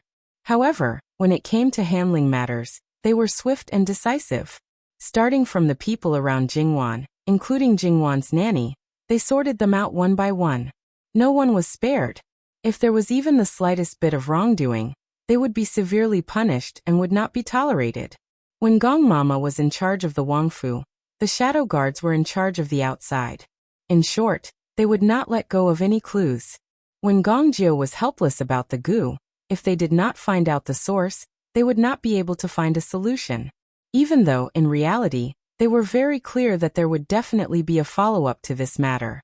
No one would put a venomous spell on the princess for no reason. Moreover, such a thing like venomous spell did not exist in Qiyuan. To put it arrogantly, in Qiyuan, if there was really something strange, it would not be able to escape Li Hongyuan's knowledge, and then he would control it. From this, it could be seen that the possibility of the other princes doing it was very small. Basically, it could be ruled out. Moreover, if they knew the details of Li Hongyuan, then what they would do was to find a way to expose the matter to Lu Qingdi instead of using this roundabout way to deal with Jingwan. In their minds, Lu Qingdi was the person who could control everything. As long as their imperial father suppressed him, then there would be no room for them to turn the situation around. Just now, they found out about the existence of Gu from Chongping Marquis' second wife, and Yarrow obviously also knew about it. Then, who was the culprit? But even so, what should be investigated must be investigated. Knowing the mastermind behind the scenes, they must know who the mole was. Especially when they could not directly confront the person behind the scenes. They must find out who the mole was and completely crush him. The facts proved that the people of Jinqin Wangfu were indeed not vegetarians. After a thorough investigation, all the small problems were cleared up. The person who was most likely to have planted the goo in Jingwan was also found out. It could only be said that this matter was very unexpected. It could be described as completely unexpected. Qingju knelt in front of Li Hongyuan, sobbing softly. Her body could not stop trembling, and her entire person was filled with remorse. There was another person beside her, a man. He was Jinqin Wangfu's male troop leader Qing Yi. He looked like a refined man, but at this moment, he was left with half his life, lying limp on the ground. Even though there was not the slightest scar on the surface, nor was there any bleeding. Ever since Li Hongyuan came back and carried Jingwan, other than going to the clean room, he had not let go of her. At that time, when Li Hongyuan brought Jingwan to the northwest, Only Gong Mama and Hei Mei followed him. During this period, the people in the Wang Fu were more free, especially the people in the main courtyard. Perhaps it was Qing Yi's intention, or perhaps it was undeniably true love. Anyway, Qing Ju's personality was a bit jumpy. She, who had never thought of marrying, secretly got together with Qing Yi. Logically speaking, even if the other party was an actress, she was still raised in the Wang Fu. If he really had feelings for the Qing Ju, Jingwan would definitely help them. In reality, not only Jingwan, no one in the entire Wang Fu knew about their private interactions. This was obviously a problem. Even if the number of times they met was very few, but if they didn't want to be discovered, they would definitely be very careful every time they met. Moreover, if it wasn't something that absolutely couldn't be said, Qing Ju usually wasn't very good at hiding things, but Qing Yi was able to coax her. The reason for Qing Yi's actions was quite simple. He was an actress. Even if Qing Ju was also a lowly person, she was the princess's maid. If she was released and changed her household registration, many people would fight to marry her. He was not good enough for her. It was a very simple reason. However, Qing Ju was eloquent. After such a long time, she still did not show any clues. No, there might be clues, but it was not obvious. Besides, she was an optimist. It was normal for her to be in a good mood all day long. Besides, in the eyes of others, if she really had someone she liked, she would not hide it. It was normal for people to ignore things that they were used to. Perhaps Qing Yi had grasped this point, so he took action on Qing Ju. This was indeed Nanny Gong's carelessness. This crime could not be escaped. However, perhaps the only thing that was worth rejoicing was that Qing Ju did not take the initiative to do this. She became Qing Yi's accomplice unintentionally. However, the problem now was that Qing Yi himself did not know what it was. Xing Yi was a spy who had been assigned to the prince's mansion since a long time ago. However, he had always been a well-behaved actor, and did not ask about anything. His background was also very clear. As a spy, he was quite unqualified, even the kind that was very inconspicuous. However, it was precisely this kind of situation that gave the King of Hell a fatal blow at the crucial moment. How ridiculous it was to fall into the hands of a small person. However, no one could laugh now. https://www.bicken.com/11/11807/15233600. HTML. Please click here to report. No registration required. We will deal with it as soon as possible. After reporting, please wait patiently and refresh the page. Please remember the domain name of this book: www.bicken.com. Bicken.com mobile version reading website, Bicken.com.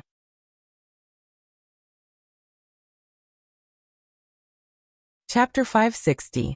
Originally, he had planned to find the culprit and take the initiative to attack, but the clues seemed to have been cut off. Li Hongyuan had one foot on the couch and one foot on the ground. Jingwan naturally sat between his legs with her legs half bent and leaned on him. She was still dressed as she usually did at home, no different from her usual afternoon nap. Unfortunately, now was not the time for her afternoon nap. Moreover, she had slept for more than 20 hours since last night. At this moment, there was still an afterglow on the horizon.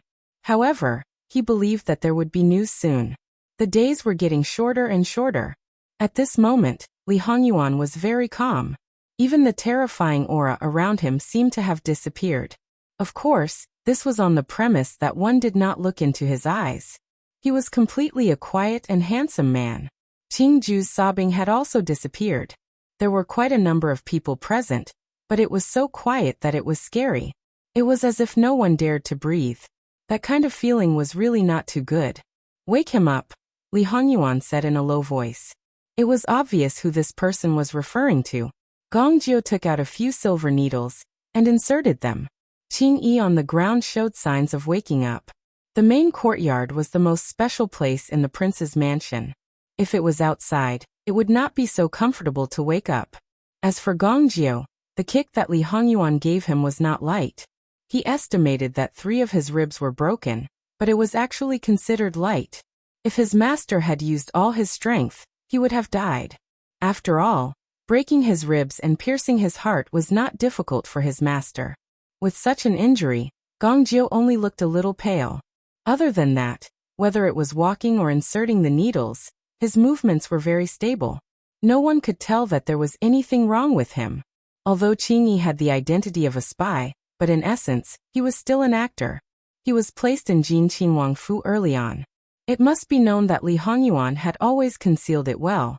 Even if he was afraid of him, he did not treat him as a real threat. Because a person, no matter how fierce he was, he would not be able to overturn the heavens. Placing a spy in his mansion was only because he was cautious and did not want to leave anything out. Perhaps this person was not valued. Perhaps he had long been forgotten and was entrusted with an important task at this special time. A member at the lowest level, no matter how sophisticated he was, in front of a person like Li Hongyuan, he was just an ant that could be easily crushed. Therefore, when he faced Li Hongyuan personally, even if he tried his best to control, his body would still tremble like a sieve. And this appearance Li Hongyuan's subordinates puzzled and depressed. This kind of person could be a spy? But the truth was, not only was he a spy, he had become one. However, this time, it also taught them a lesson. Sure enough, they could not underestimate anyone. Previously, they did not put this kind of person in their eyes at all. And because they knew their place, they never doubted him. However, this lesson, to them, was really too painful. If the Wang Fei was to sleep and not wake up, then the consequences, they did not even dare to think about it. Just the current situation made them tremble uncontrollably. That thing, when and where did you get it from? Li Hongyuan asked calmly. In fact, Qingyi was the only place that was unfavorable to Jingwan. However, because he did not know what it was, even if he said it was a venomous insect, according to the results of the interrogation, that was only what the person who gave him the venomous insect told him. He did not know what the insect looked like. Other than knowing that it could make people fall into a deep sleep, he knew nothing. If it was someone who did not know anything about venomous insects, perhaps they would be fooled so easily. But Gong Jiu, who seemed to know a lot about venomous insects but had no memory of it, was an accident. Therefore, there were still some doubts. Could it be that this person was just a shield, and the real culprit was still hiding? This question had been asked more than once. Even if he had suffered a great crime before, it was still not as great as the pressure he felt when facing Li Hongyuan. With a trembling voice, he repeated what he had said before. Although their status was low, there was no absolute prohibition against them leaving the prince's mansion. These people, compared to those concubines and concubines who were not allowed to leave the prince's mansion, had more freedom. After that, Li Hongyuan ordered the guards who knew the time of Qingyi's departure. Even if they knew that there was a problem now, they did not dare to hide anything. In fact, all of their statements were the same. There was nothing that did not match. Even if they were questioned carefully, there was nothing suspicious. Investigate the other people who were on duty that day again.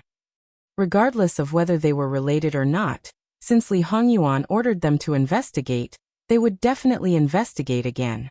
There was no problem the first time, and there was no problem the second time. However, on the third time there was a problem. On that day, there was obviously a guard who changed his patrol time with another guard because of something. In other words, he was not supposed to be on patrol. However, like the other people in the same team, he said that he had seen Qingyi. This was quite abnormal. What was even more abnormal was that the other people in the same team said that this guy was the one who was on patrol with them. As the leader of the guards, Guard Qian was in charge of the prince's mansion's security. Every half a month, he would regroup the guards. The time of Qingyi's departure was about 7 or 8 days. There was no reason for him to mix up the members of his team. However, the comrade who took over said that he was on patrol with them. Moreover, he definitely did not see Qingyi. Under normal circumstances, if 12 people said the same thing, and one person said something different, it was obvious that he would choose to believe the former. However, Guard Qian and the rest's expressions changed. If they did not call all the guards here and not just those who were on duty that day, this point would probably be overlooked. When everyone said the same thing, the one who was different might be the key. Other things aside, in Gong Jiu's hands, There was a type of medicine that could make a person's memory blurry for a certain period of time. If someone deliberately did it, then they would be able to remember some things that they wanted them to remember. As for whether this was the case, it was not difficult to prove. All they had to do was to ask about other things in detail. As expected, other than Qingyi's incident, everyone else's memory was very blurry. Especially the person who changed his patrol. He even had a confused memory. And this situation was exactly the same as the effect of the medicine in Gongjiu's hands. This time, not only Li Hongyuan, but also the others looked at Gongjiu with a strange gaze. Gongjiu lowered his head slightly and pursed his lips. Compared to his usual indifference, his expression was exceptionally serious. However, Li Hongyuan did not open his mouth to ask, nor did he open his mouth to explain anything. Even though this matter was not done by him, but the medicine came from his hands. It could basically be confirmed. Then he had an unshirkable responsibility. However, he had his own private courtyard to study all kinds of things. Others would not easily set foot in it. Usually he would personally clean the courtyard. Moreover, in order to prevent unrelated people from entering, he had placed a lot of poison in the courtyard. On the surface, no one would be able to find any clues. However, if someone wanted to spy on him, they might lose their life. Li Hongyuan shifted his gaze away from Gongjiu and landed on Qingyi. Take him away and interrogate him. Qingyi was dragged away. This time's interrogation might not be so simple. Based on the current situation, it was very likely that Qingyi's goo was not obtained from someone outside, but from someone in Jinqin Wangfu. This person might be the key. Based on the current situation, it was hard to say whether they could interrogate him or not. And before the truth came to light, everyone was a suspect. Li Hongyuan held Jingwan's hand. His gaze quietly fell on her face. It was unknown what he thought of, but his left foot suddenly curled into a smile. It was sinister, treacherous, cold, and ruthless, intertwined together, incomparably terrifying. Who was Li Hongyuan? He was the living king of hell, controlling the power of Qi Yuan. He wanted to see who the rat behind this was. Even if he couldn't find out, he would not let go of one person even if he wrongly killed hundreds of thousands of people. Especially since they chose to target Wan Wan, then they must be prepared to be cut into pieces. For Li Hongyuan, if they made a move on him and succeeded, he might even admire the person behind this. Making a move on Jin Qinhuang Fei, in essence, was still targeting Jin Qinhuang. But since they didn't directly target him, it could only mean that the other party was quite afraid of him and knew that if they directly clashed with Li Hongyuan, their chances of winning were too small. He was the first to be afraid. Would Li Hongyuan be afraid of such an opponent? Li Hongyuan maintained this posture for as long as a quarter of an hour. He waved his hand and let them all leave. He glanced at Qingju, who was kneeling on the ground as if she had nothing to live for. Take her away and lock her up. Wait for Wang Fei's punishment.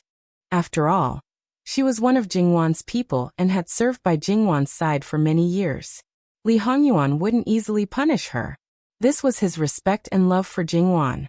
Although he knew that when the time came, there was an 8 or 9 out of 10 chance that Jingwan wouldn't do anything to Qingju. Probably also understanding this point, He Mei and the others slightly breathed a sigh of relief. If Wang Ye punished her, there was an 8 or 9 out of 10 chance that Qingju would die. Not knowing wasn't a reason to exempt her from the crime. Qingju, on the other hand, didn't have any happy reaction. At this moment, she was surrounded by deep regret and self-blame. From her point of view, it was her fault. It was all her fault that she had harmed the princess consort. The princess consort was still pregnant with a child. If the child was also implicated, if it wasn't for the hope that the princess consort would definitely wake up, Qingju might have already used her death as an apology. As for Qingyi, the sweetness of her young maiden's heart was as much as the hatred for him now. What she hated the most was not that he used her, but that he used her to hurt Wang Fei. If he only wanted to get some benefits from her, she might be a little sad in the end. Jingwan was Li Hongyuan's reverse scale, but for some other people she was also important. Qingyi was interrogated again. This time, she really didn't look like a human. She looked like a pile of rotten meat that was barely holding on to the shape of a human. Master, there's a high chance that this actress was also drugged, so we couldn't interrogate her. Perhaps because he was mentally prepared, Li Hongyuan didn't flare up. Get ready. We'll go to White Dragon Temple tomorrow morning. Yes. When the city gates opened the next day, Li Hongyuan left the capital with his men in a grandiose manner. In the morning court, Li Hongyuan was naturally impeached again. Regardless of how Lu Qingdi would deal with it, he had injured the city gate guards and used his horse to injure people in the city. He couldn't avoid being impeached. Lu Qingdi also had a headache. That evil spawn clearly hadn't caused any trouble for a long time. How did this happen again? No matter how much he favored this son, since the impeachment report came, he couldn't ignore it. At least on the surface, he had to put on an act. However, when he sent someone to Jin Qinhuang Fu after the court meeting, he was informed that Jin Qinhuang had left the capital. The people of the Wangfu took a lot of people away. It seemed that he wouldn't return after going out for a stroll. Speaking of which, in the past, when he left the capital, he would at least report to him. This time, he actually left without a word. Lu Qingdi was so angry that he almost flipped the table. He kept scolding, evil spawn, evil spawn.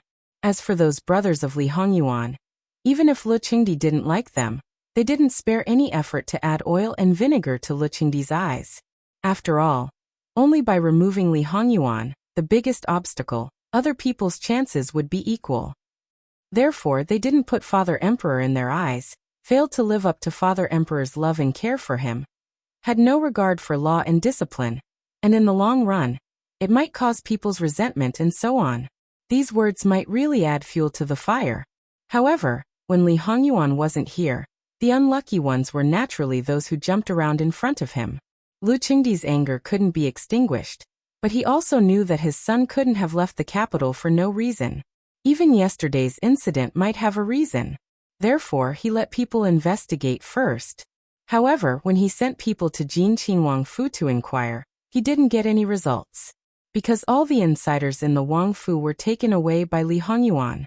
No matter who it was, to be able to get Gong Jiu's medicine and be able to cause trouble in the Wangfu, it couldn't be just an ordinary servant. Even with Qing Yi as an example, this kind of situation was rare. It should be known that even in the Wangfu, there were only a few people who knew about the guard rotation. Therefore, this person must not be so transparent. Therefore, Li Hongyuan was 100% sure that this person must be among the people he took away. At this time, if he left him in the Wangfu together, who knew what other things would happen? It was better to keep him under his nose. He wouldn't leave Jingwan's side at all times. What else could happen? He didn't need to think about anything else and could just directly commit suicide. However, in this world, was there really someone who could do this? Li Hongyuan didn't need to send people to Bailong Temple to inquire about Master Liao Chen's whereabouts. The last time Master Liao Chen came to the capital, after the imperial Guifei appeared, the King of Hell clearly told him that he hoped that Master Liao Chen wouldn't be wandering in the short term. Master Liao Chen was a supreme expert, but because of pity for the common people, he was suppressed by Li Hongyuan. He was helpless enough. https://www.bicken.com/11/11807/152555362. HTML. Click here to report an error. Registration is not required. We will deal with it as soon as possible. After reporting, please wait patiently and refresh the page. Please remember the domain name of this book: www.bicken.com mobile edition.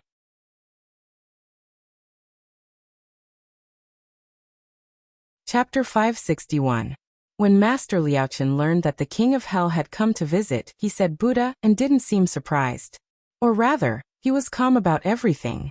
He continued to knock on the wooden fish and recite sutras, waiting for someone to come. Li Hongyuan did indeed carry Jingwan to Master Liao Chen's meditation room. His room was in the deepest part of White Dragon Temple. In other words, they had to pass through the entire temple. There were many onlookers along the way, and some even came to offer incense. It was a disgrace to this peaceful place of Buddhism. However, regardless of whether they knew of Li Hongyuan's identity, no one dared to stop them. White Dragon Temple didn't lack visitors throughout the year. The nobles who saw the scene couldn't help but be surprised and puzzled. What was wrong with Jin Qin Wangfei? Li Hongyuan carried Jingwan to Master Liaochun's room while the others stayed outside. 2 novice monks came out of the room. Facing Li Hongyuan, they put their palms together and bowed slightly, saying Ba. Then they turned and left Li Hongyuan's side. Master Liaochun's room originally only had a bed, a cabinet, a table, and prayer mats. Usually there were only 2. There were no chairs. But now, there was a small couch with a clean mattress. It was obvious who it was prepared for. He couldn't sit on the prayer mat with Jingwan in his arms. Thus, Li Hongyuan put Jingwan down, tidied his clothes and hair, and then knelt down on the prayer mat in front of Master Liaochun. He was calm and composed, his movements smooth and pleasing to the eye. However, when Master Liaochun met Li Hongyuan's eyes, which were full of negative emotions, he sighed inwardly. When Li Hongyuan first came to him, he had tried his best to resolve his hostility. Unfortunately, it didn't work. Everything was about cause and effect, and some things couldn't be forced. Although he didn't know the specific origin of the hostility, he had a general idea. Master Liaochun's gaze swept over Jingwan. Ba. The one who tied the bell should untie it. However, many things were not so idealistic. The road you idealized might be the stumbling block of others. You had to find a way to get rid of it or stop it. Therefore, the actions of others would become the obstacles under your feet. The road would become bumpy, and there might be many forks in the road. One of them would probably lead to a dead end. It all depended on one's path. Of course, luck was also important. Master, do you have a solution? Master Liaochun's assess room. No solution. Even if he was facing a demon king, one wrong word could make him flip out. Master Liaochun didn't lie, nor did he give a half-hearted answer. He did what he had to do. Li Hongyuan's expression didn't change. He didn't seem surprised by the answer. Wan, you'll be fine, right? Li Hongyuan had always been calm and collected. Even if something out of his control happened, he wouldn't panic. He could also afford to lose. If he suffered a loss, he would find a way to get it back. However, the main premise was that Jingwan wasn't involved. If Jingwan was involved, he would feel uneasy and unsure. He would need someone to comfort him. Even if it was a lie, he was willing to accept it. Master Liaochun only said, Buddha. He didn't say anything else. It wasn't clear whether this meant that something was unspeakable, or that he wasn't sure about Jingwan's safety. Li Hongyuan's expression didn't change. His earlier uneasiness didn't appear at all. This prince will be leaving for a while. I'll have to trouble you to look after Wan. Li Hongyuan had come here with hope in Master Liaochun, but he hadn't placed all his hopes on him. Now that he had an answer, he naturally had to think of another way. He had been prepared to keep Jingwan by his side no matter what he did, but now he changed his mind. He might not trust others, including Mama Gong, but Master Liaochun was worthy of his trust. He believed that Jingwan would be safe in Master Liaochun's monastery. Master Liaochun's ability was unfathomable in Li Hongyuan's eyes. Those ghosts and monsters wouldn't work here. Most importantly, Li Hongyuan knew Master Liaochun's weakness. He didn't want to lose his mind and start a large-scale war. He also knew that the thread of reason was in Jingwan's hands. Master Liaochun would probably risk his life to protect Jingwan if anything happened. In other words, his trust wasn't based on Master Liaochun's personality, but on his ability and weakness. Li Hongyuan didn't care whether Master Liaochun was scheming or treacherous. He didn't care how prestigious Master Liaochun was outside. Perhaps he was already used to Li Hongyuan's way of doing things. Ba. If your highness doesn't mind, this humble monk can take care of her highness for a while. However, your highness should act quickly. This humble monk can only protect her highness for 3 months at most. Even if Master Liaochun was an otherworldly expert, he was still a human, not a god. 3 months of starvation was the limit. Li Hongyuan nodded. That's enough. This prince will take his leave now. If nothing had happened to Jingwan, Li Hongyuan wouldn't have minded remaining passive. He could take the initiative one day when he got impatient. But now he couldn't just sit around and wait for death. Li Hongyuan looked at Jingwan for a moment. Her heart beat, pulse and breathing were clearly there, but she didn't respond to his calls. Li Hongyuan had been like a pool of stagnant water because of his strong self-control. Now he was boiling and bubbling, filling the air with melancholy. Master Liaochen saw this and only twirled his prayer beads, silently chanting scriptures. Li Hongyuan put his hand on Jingwan's belly. The little one in her belly moved obediently. Li Hongyuan had liked this since yesterday. Although the child didn't respond every time, it did respond more often than usual. The little thing he didn't like was his only consolation. He took it as Jingwan's response. Li Hongyuan missed Jingwan dearly, but when it came to leaving, he was decisive. In the yard, Li Hongyuan did not stop walking. He left directly. Bodyguard Qian, Gongjiu, and the other secret guards followed him silently without hesitation.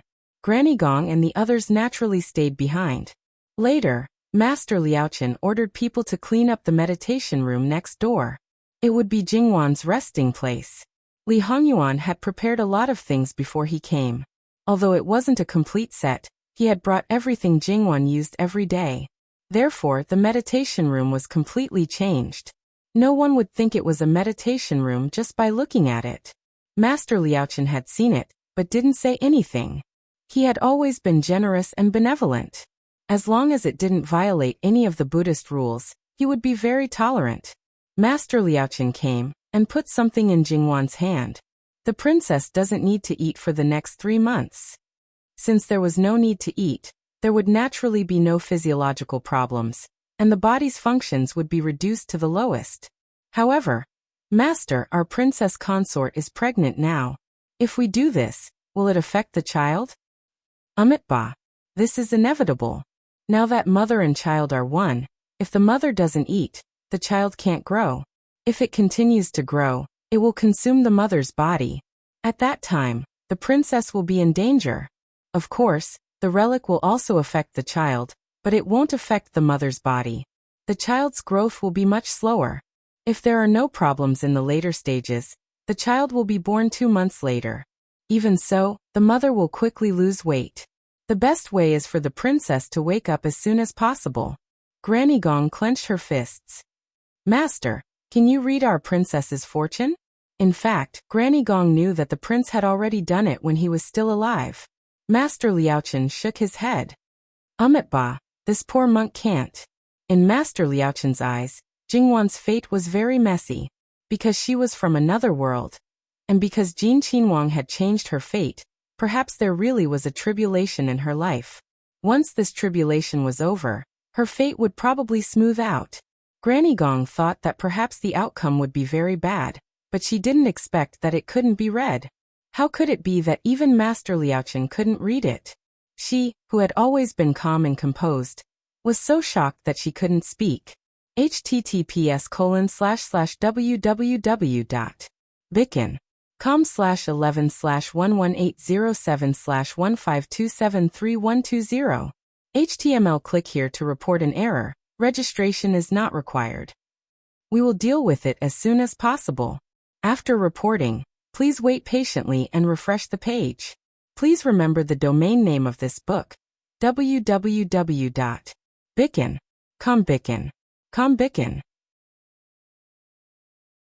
Com Mobile Edition.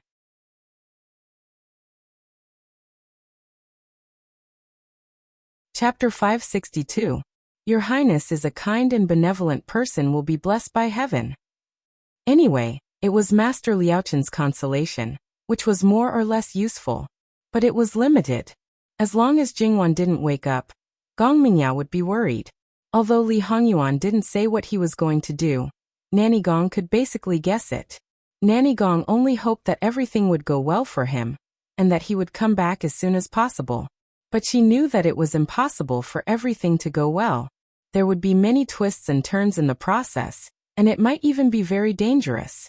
After all, those people had done everything possible to set up such a trap. How could they let him escape so easily? Although they didn't say it explicitly, in fact, everyone knew that in essence, they were targeting the prince. It was very likely that they wanted to lure him out of the capital city of Qiyuan. What they wanted was probably his life. However, even though he knew it was a hopeless situation, Li Hongyuan still stepped into it without hesitation. After all, those people did have his lifeline.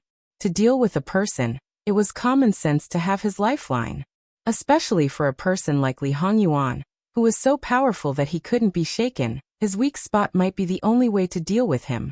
From the beginning, they had expected this. Li Hongyuan arranged the most complete guards around Jingwan.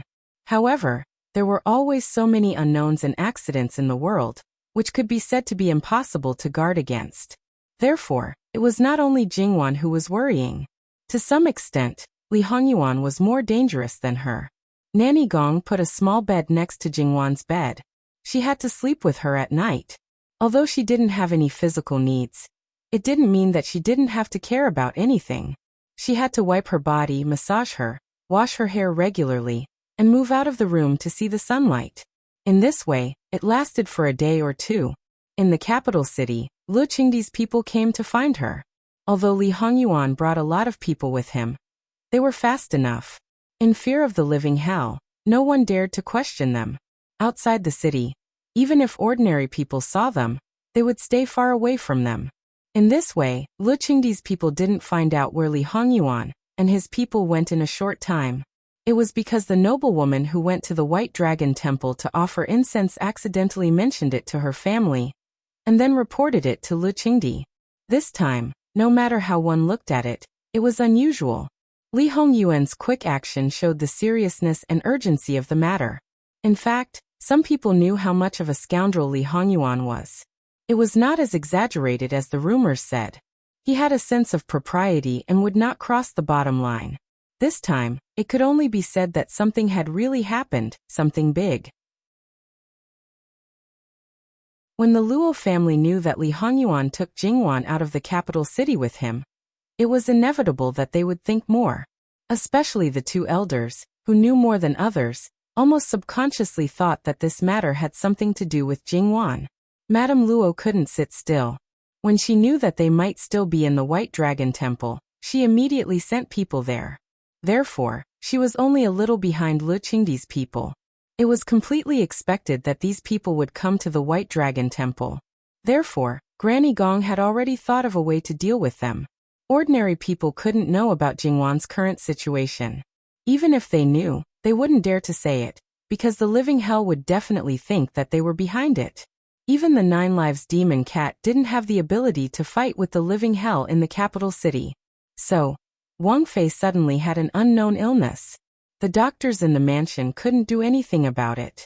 In a hurry, His Highness came to the White Dragon Temple to ask Master Liaochen for help. Fortunately, Master Liaochen knew the reason, but the medicine used was very rare. This time, His Highness personally led people to look for the medicine. Granny Gong wasn't worried that the lie would be exposed because Master Liaochen was still there. He definitely wouldn't expose the matter. With him, Lu Qingdi's people wouldn't suspect anything. Master Liaochen was a person of virtue and prestige. No one would think that he would lie. The people behind the scenes might know that Master Liaochen treated Li Hongyuan differently through this matter. However, they couldn't do anything about it. In fact, it was quite stupid to go against Master Liaochen. The gains didn't make up for the losses. Besides, monks didn't lie. However, Master Liaochen didn't need to say anything. In his monastery, no one would be stupid enough to ask him for confirmation. Speaking of which, even if he revealed something afterwards, it would at most be Granny Gong using the tiger's skin as a banner. It would have nothing to do with Master Liaochen himself. The people who came were easily sent away. Even if some people suspected that something was wrong, they couldn't find Li Hongyuan. Jingwan was in a deep sleep. Master Liaochen said that it was better for her to stay in the White Dragon Temple. No one dared to take her away. It didn't matter what the others thought. However, the Luo family wasn't so easy to send away. Especially when Madame Luo came to the White Dragon Temple a day later, and sat beside Jingwan. "Tell me what happened. You'd better not fool me." Granny Gong knew how important Jingwan was to Madame Luo. Madame Luo's health had improved a little in the past few years. However, she had been seriously ill and had almost died. Therefore, she still needed to be very careful in all aspects. No one knew what the outcome of this matter would be. Granny Gong was hesitant. Madame Luo had sharp eyes. Tell me. I can still take it. Granny Gong slowly exhaled and sent the others away. Although they all knew what happened to the princess, there were more inside stories that they didn't know. In front of Madame Luo, they had to tell her everything. This was also the way to convey the current situation to the Minister of Official Personnel Affairs. When the prince wasn't in the capital, they needed someone to stabilize the situation in the capital. They couldn't allow an unmanageable situation to arise during this time. Granny Gong stood in front of Madame Luo and explained the cause and effect clearly. Even the details, including the possible situation that Jingwan and the child in her belly might face, were clear. There was no need for Madame Luo to ask. Madame Luo's face remained calm from beginning to end. After listening, she turned to look at Jingwan. There was worry in her eyes, but she didn't lose her composure. She reached out and carefully placed her hand on Jingwan's belly. Her heart ached. Jingwan had been in front of her since she was a few years old. She watched her grow up little by little. There was no one more considerate than this child. Even if she loved her to the bone, it wouldn't be an exaggeration. The Luo family might not be the top wealthy family, but they had never let her suffer. And after she got married, her husband was especially pampered, which made her calm temperament become a bit more delicate. As her paternal grandmother, of course she was happy to see it. Originally, Luo Laofren's only worry was what would happen if Jin Qinhuang had a change of heart in the future. But she didn't expect that at this juncture, such a disaster would happen, and even life and death would be hard to predict. According to what you said, the prince is going to southern Qi. In response to Madame Luo, it is most likely so. Even if he had brought people with him, it was no different from him going alone into the enemy country. In this situation where there was no official letter of exchange, if he was discovered, the consequences would be unimaginable. Moreover, the people in power in southern Qi might not have known that he had poisoned his own granddaughter. If it was all planned, then they would be waiting for him to go. Even if southern Qi wanted to make a move against the royal family of Qi Yuan, they shouldn't have chosen Prince Jin as their target, unless the prince's secret power has been exposed. Even so, logically speaking, southern Qi should have thought of a way to bring this matter to the emperor, or to drive a wedge between the other princes, to disrupt the internal affairs of Qi Yuan, and then reap the benefits. But now, they have lured him out of Qi Yuan's capital. This doesn't make sense. Madame Luo, based on the prince's current power, the emperor can't suppress him, and the other princes can't defeat him. If we wait until the prince succeeds, he will be a threat to other countries. The best way is to get rid of him before the prince completely grasps the situation. Although Madame Luo knew that Li Hongyuan's power was very strong, she didn't think that it was strong to this extent. Even her own master didn't fully know. So the person who brought the prince's power to southern Qi must have a thorough understanding of the prince's situation. Is he a spy or a traitor? Gong Mama frowned slightly. It shouldn't be either. Gong Mama's words weren't without purpose. If the other party had a thorough understanding of the prince's situation, perhaps they wouldn't have done such a thing so easily. The consequences of thoroughly angering the prince were truly unbearable. In addition, the people who knew His Highness's situation the most should be the few hidden guards around him. These people were basically in charge of a certain area. Therefore, other than His Highness, no, and perhaps Her Highness, no one knew everything about His Highness. What do you mean? Madame Luo looked at Gong Mama with slight confusion. I'm more inclined to think that the person has some understanding of the prince, but in his heart he knows that this is only the tip of the iceberg, so he is extremely afraid of the prince. But this estimate was far from enough. Madame Luo nodded. Now that she put it this way, it made sense. After that, the room fell into a long silence. Madame Luo sat there quietly for nearly 2 hours. You must take good care of your mistress. In a few days I'll come again. After all, she had been through a lot. It was also at this time that Madame Luo became more rational. She knew that it was useless to stay by Jingwan's side now, so she might as well return to the capital. Other than passing on what she had learned today to her master, she also wanted to do her part. In the past few years, Madame Luo didn't like to go out because there was no need. Now it was time for her to go out. Never underestimate the seemingly insignificant things in a noble house. What Madame Luo knew now told her that the commotion in Qiyuan should be over soon, perhaps after her grandson-in-law returned. Although the trip to the southern Qi kingdom was dangerous, she didn't think that Li Hongyuan would fall there. In the following days, even if she moved more frequently, even if some people were suspicious of her, it didn't matter. The Luo family's current power was there. It was impossible to topple the Luo family in a short period of time. Moreover, the Luo family had a powerful alliance that helped each other. Even if someone wanted to overturn the situation during this period of time, it wouldn't be so easy. Gong Mama didn't know about the change in Madame Luo's heart, and she didn't need to know. The best way to help was to do their jobs well. Acting without authorization would only disrupt the overall situation. That night, as usual, Gong Mama gave Jingwan a full body treatment. Her eyes couldn't help but fall on Jingwan's belly. These days, she had stayed by Jingwan's side almost all the time. The little master had only moved slightly once. Perhaps she had noticed it, but even if she added up all the times, it still wouldn't reach the number of times she had moved in one day. Gong Mama could only check her pulse again and again to make sure that Jingwan was keeping up with the child. This kind of situation, to a certain extent, was quite torturous. Ever since Jingwan's accident, Gong Mama's vigilance had been raised to 120%. She always slept very lightly. The slightest sound would wake her up. Tonight, Gong Mama slept very soundly.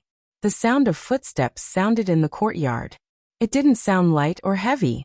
It was like a normal person walking at a steady pace.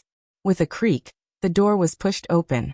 Although it was not the 15th day of the lunar month, under the night sky without any clouds or fog, the moonlight was not bad. Through the door, a vague shadow was drawn. The shadow didn't stop. Step by step, it walked to Jingwan. Then, it took out a small luminous pearl to illuminate the area. It took off the Buddhist prayer beads around Jingwan's wrist. When Jingwan first went to the White Dragon Temple, Li Hongyuan asked Master Liaochen for it. It untied the knot of the Buddhist prayer beads, took out one of them, and put the same beads on it from the purse at its waist. It took off the Buddhist prayer beads, put it back into the purse, and made an excuse. After making sure that it was the same as the original one, it was put back on Jingwan's wrist. https://www.bicken.com/11/11807/152907888. HTML. We will deal with it as soon as possible. After reporting, please wait patiently and refresh the page. Please remember the domain name of this book, www.bicken.com. Bicken.com mobile edition website, and Bicken.com.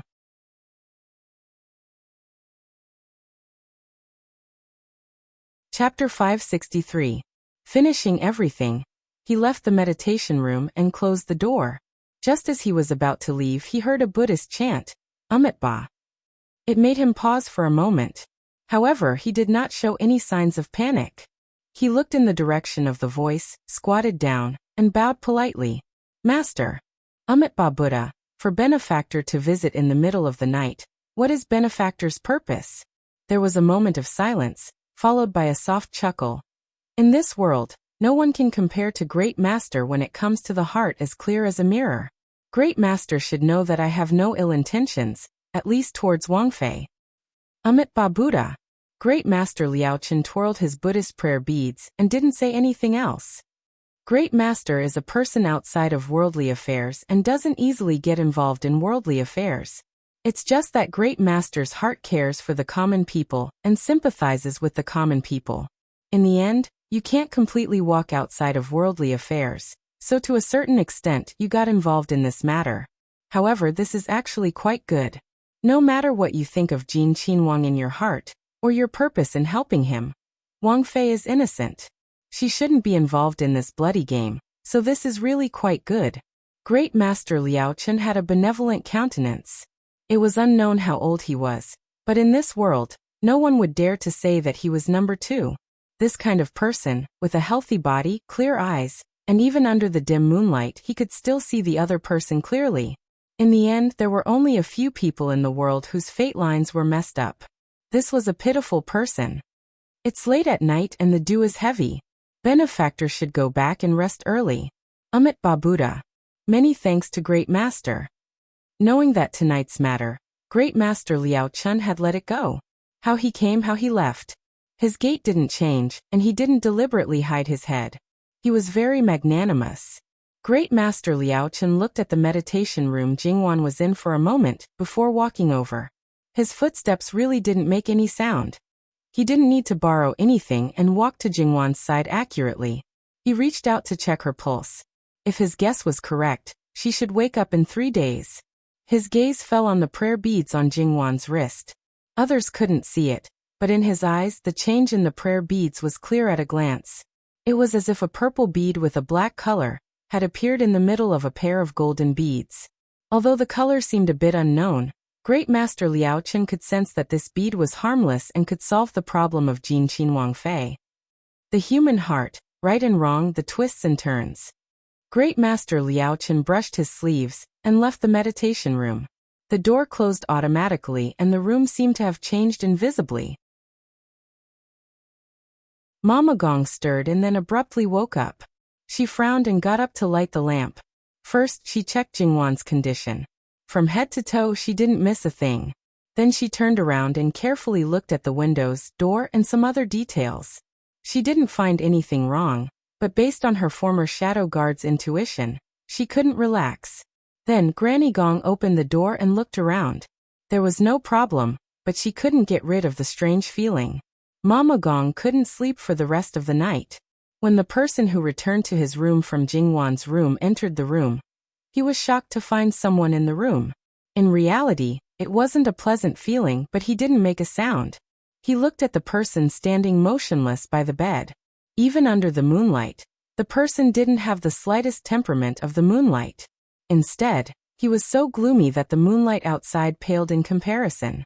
He didn't look like a living person, and it was very unpleasant. He didn't speak, and she didn't speak either. It's so late. Why did you go find her? The scene seemed to be going on forever. The person standing by the window finally opened his mouth. His voice was a little hoarse, but it was not the kind of voice that sounded like he was not fully awake or deliberately lowering his voice. Instead, it sounded more like his vocal cords had been damaged. It sounded a little harsh to the ears. The Wang Fei is the mistress. It's normal for her to stay up all night. But you're not trusted now. Everyone else was implicated. You're the main culprit. The woman sneered. We're the same. Neither of us is a good person. But speaking of which, you're quite bold to come here at this time. Did you really think that His Highness took away all the good men? No matter what the truth was, the fact that he could stand here was already the best explanation. The person by the window tilted his head slightly.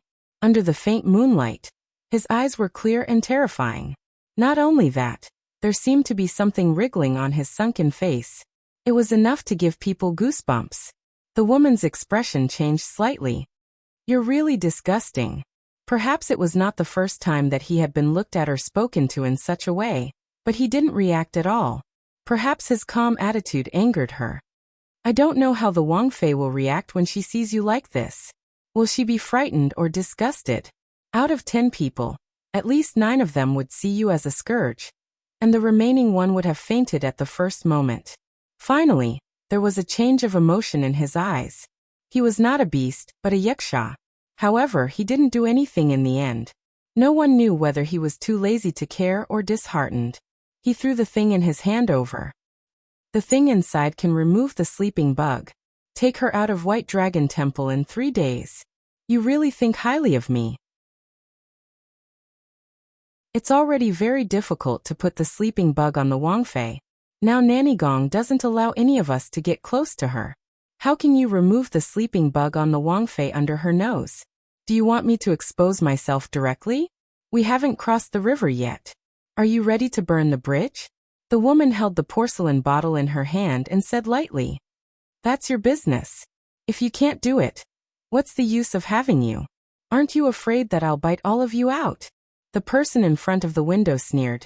Li Hongyuan can come back. You don't have to say anything. We won't have a good ending. He's dead. No matter how much you say, it won't help. It turns out that in your eyes, His Highness still has a chance to live. I thought you were very careful and set up a fatal trap. Speaking of which, I really think highly of you. This has nothing to do with you.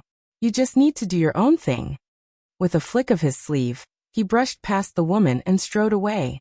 After the silence returned, the woman casually threw away the porcelain bottle in her hand and sat down on a simple wooden chair.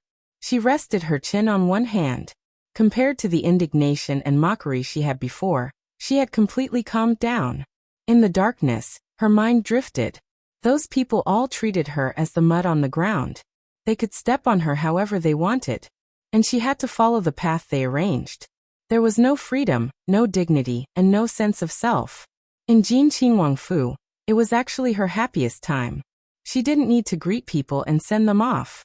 She didn't need to sell her smile. Most of the people in the Fu were respectful and flattering because she was Wang Fei's personal servant. And those who knew her identity, even if they didn't trust her that much and put her out of many things, they never looked down on her. She had a lot of silver on her, and should be the wealthiest person among all the cheap people. When she got it in her hands, she hesitated. Aunt May was in the flesh business, so why did she treat her differently? It was fine if she delayed the reception time, but before she left, she even gave her a lot of silver, saying that it was the money she had sold herself for. If her days in the Fu were not broken, she might really be grateful to Aunt May for the rest of her life. When Wang Fei and the others were still in the northwest, suddenly one day, someone came to her door and told her a story. Her father was a shadow guard who was carefully groomed by others, and her mother was just an ordinary woman. When they walked together, they were not blessed by anyone. The reason why she could live until she was a few years old in front of her parents was because her father risked his life on one dangerous mission after another. Her mother was similarly stuck in the mud and struggled bitterly, and these were still far from enough. They never raised a useless person, and from that time, she was deliberately groomed as a chess piece, in a situation that she was completely unaware of. Blood pools and mud, wails and cries everywhere, starving people all over the mountains. Her closest relatives were not there. Following her mother's dying words, she must live, alone and without anyone to rely on. She struggled bitterly, suffered all kinds of humiliation, and fell into the dust of a prostitute. These were all part of the process of grooming her. When it was about time, it was time for her to play a role. Only, she was so lucky that she entered Jin Qinhuang Fu without any effort from those people. They said that the reason why Jin Qinhuang Fei kept her was because she first protected Jin Qinhuang Fei's servant girls. Therefore, she did not owe Jin Qinhuang Fei anything. To be able to serve master was an honor that a lowly person like her could not ask for. Her miserable fate was all created by them, but now she still had to work for them. How laughable. She had no way to refuse because her parents were still alive. There were some things that she had to do. If she did not have any memories of them, perhaps it would not matter. However, her memories of them were very deep, very deep. Because of those deeply engraved memories, it made her suspect that it was actually done deliberately. She was too young and did not have the ability to judge, so she easily thought that they were good, very good. She even suspected that they were not her parents at all. Everything was a means to control people. Suspicion was suspicion, but feelings still held the upper hand. As for whether they were really still alive, she did not dare to gamble. It was just that people like them were born to be pinched. If they wanted to pinch flat, they would be pinched flat. If they wanted to roll, they would be rolled round. In the darkness, Fu Rong revealed a strange smile. Speaking of which, Jin Qinhuang was alone. Southern Qi still needed this kind of treacherous and unpredictable thing like goo. They actually had to find the former way to work together to deal with it. Jin Qinhuang was too powerful, and these people were too useless. Just as Master Liaochen had predicted, Jingwan really did wake up 3 days later. Gong Mama almost cried tears of joy. https://www.bicken.com/11/11807/15308827. HTML chapter error. Click here to report. No registration required. We will deal with it as soon as possible. After reporting, please wait patiently and refresh the page. Please remember the domain name of this book: www.bicken.com. Com. Bikugo mobile reading website. Mbikin. Com.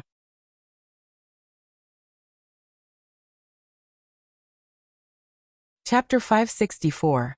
Half an hour after Jingwon had her meal, the child in her belly also became active.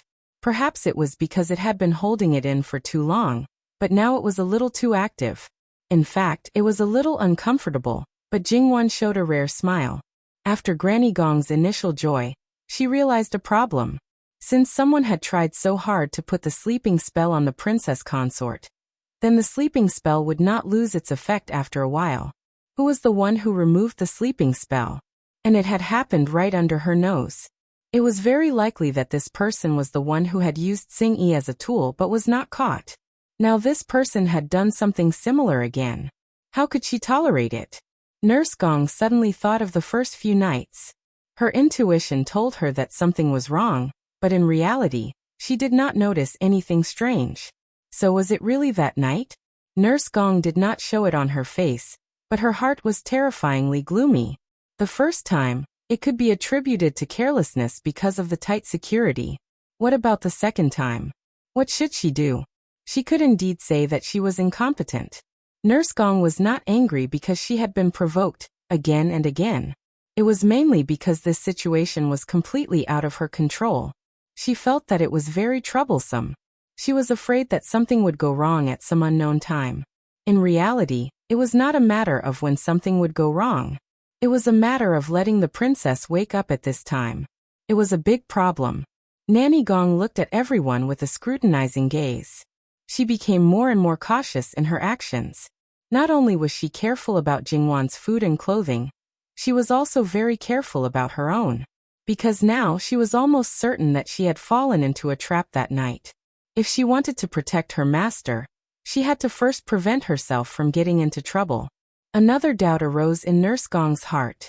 The prince thought that Master Liaochen's place was safe enough to let the princess stay, and took away all the secret guards. But how could this situation be explained? Nurse Gong, is there something wrong?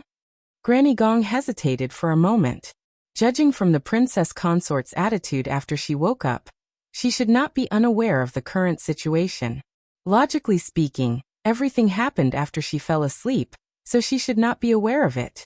Then, it could only mean that either the princess consort had sensed something before the incident, or she was actually aware of the outside world during this period of time, but just could not wake up. Jingwon did not speak again, obviously waiting for the other party to take the initiative to explain. Granny Gong had been by Jingwon's side for 5 or 6 years. She knew that Jingwon's mind was actually very clear. She had seen and understood a lot of things.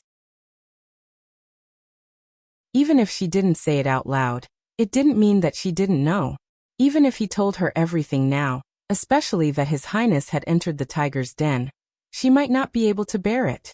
However, if he didn't tell her, would Her Highness not be worried? Sometimes, the unknown would cause people to let their imaginations run wild, even to the point of fear. If they knew, they might even come up with a good idea. In the end, Mama Gong told Jingwon everything that had happened. Jingwon was calmer than Nanny Gong had expected. From the beginning to the end, not to mention her expression, even the look in her eyes did not change. Wang Fei, are you? Jingwon raised her head and immediately understood what Nanny Gong meant. She shook her head and said, Nanny, I've been regarded as Prince's weakness. She stated a fact in a low voice. Wang Fei, that's not the case. You and His Highness. Nanny, you don't have to say that. I know what I'm doing. Don't worry. I won't let my imagination run wild. Jingwon knew her situation better than anyone else. Therefore, even if she was worried and anxious, she had better not act on her own. Otherwise, not only would she not be able to help, but she would also cause trouble. Wasn't there a lot of similar plots in the TV series and movies in her previous life? Although many of those things were required by the plot, and had some artistic elements in them, it was absolutely possible in reality. Therefore, it was important to know one's own limits sometimes. Therefore, Jingwon's current situation was somewhat similar to Li Hongyuan's when she fell into a deep sleep. The more worried and anxious she was, the more she forced herself to be calm and rational. Seeing Jingwon's reaction, Nanny Gong was both happy and worried. However, it was much better than her going to look for His Highness recklessly. Later, Nanny Gong told Nanny Gong about the person who made her suddenly wake up, and her suspicion of Master Liaochen. You're overthinking Master Liaochen's words. After all, that person wants me to wake up, not harm me. Plus, masters aren't people of this world. They care about karma and reincarnation. They won't interfere rashly. It's already not easy for them to stay here temporarily. I can't force anything more. As for the rest, Mama, have everyone wait outside and come in one by one. I have something to ask. Nanny Gong knew that Nanny Gong had a plan, so she didn't say more and did as Nanny Gong said. Now the servants serving Jingwan were basically those who served her closely in Prince Yu's mansion. In addition, there was Eunuch Mu, who was regarded as a burden by Li Hongyuan, and didn't take him away. There weren't many of them. They asked one question after another. It was more like a private chat between the master and the servants than an inquiry. It was a very casual kind. Except for one person, the others didn't have any purpose. When Fu Rong appeared in front of Jingwan, Jingwan put down the teacup in her hand, which was specially prepared for her by Nanny Gong. She looked at Fu Rong. In fact, she was almost the same as before. She was born a prostitute, but she didn't have the slightest trace of a prostitute's aura. Originally, she thought that she was not fated to meet a procuress who treated her well. Now that she thought about it, she was still too naive. However, even if there was no such thing, and Fu Rong was deliberately cultivated, then presumably, she would be sent to some people by all means. However, under normal circumstances, it shouldn't be her husband. Did she invite a wolf into the house? Jingwan was a little self-deprecating. Fu Rong, what do you want to say to me? Having said that, Jingwan still felt that Fu Rong was a little strange. In fact, before she had the accident, she didn't think of such a thing. But after she woke up, she thought about it and basically determined the target. But she felt that Fu Rong was deliberately reminding her. After all, she had been very normal before and didn't show any clues. If she was the only one who noticed it, other people also didn't notice it. It was enough to show that there was no clue. But what was the purpose of her doing so? Did she think that she was brave because of her skill, and that the end of the matter would develop as she planned? Did she deliberately provoke her? Or did she mean to remind her? Your Highness, you've given me a new life. Fu Rong, you're too serious. At that time, you saved Bai Xiao first.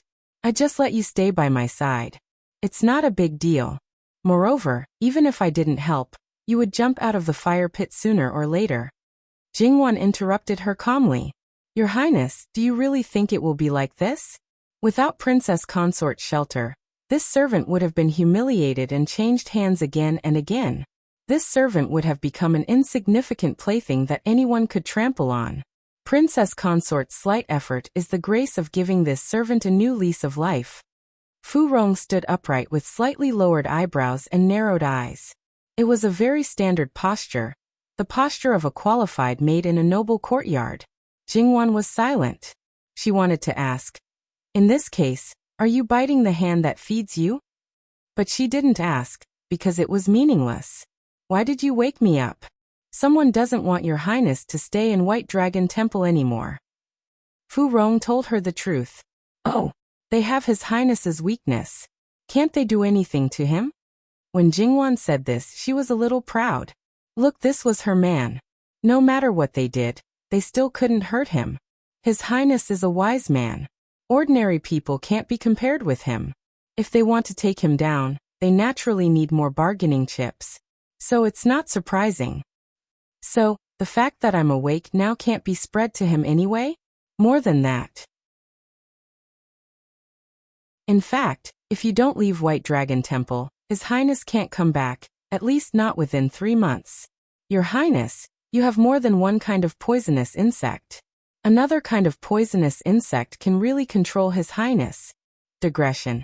https://www.bicken.com/11/11807/15361249. HTML. We will deal with it as soon as possible. After reporting, please wait patiently and refresh the page.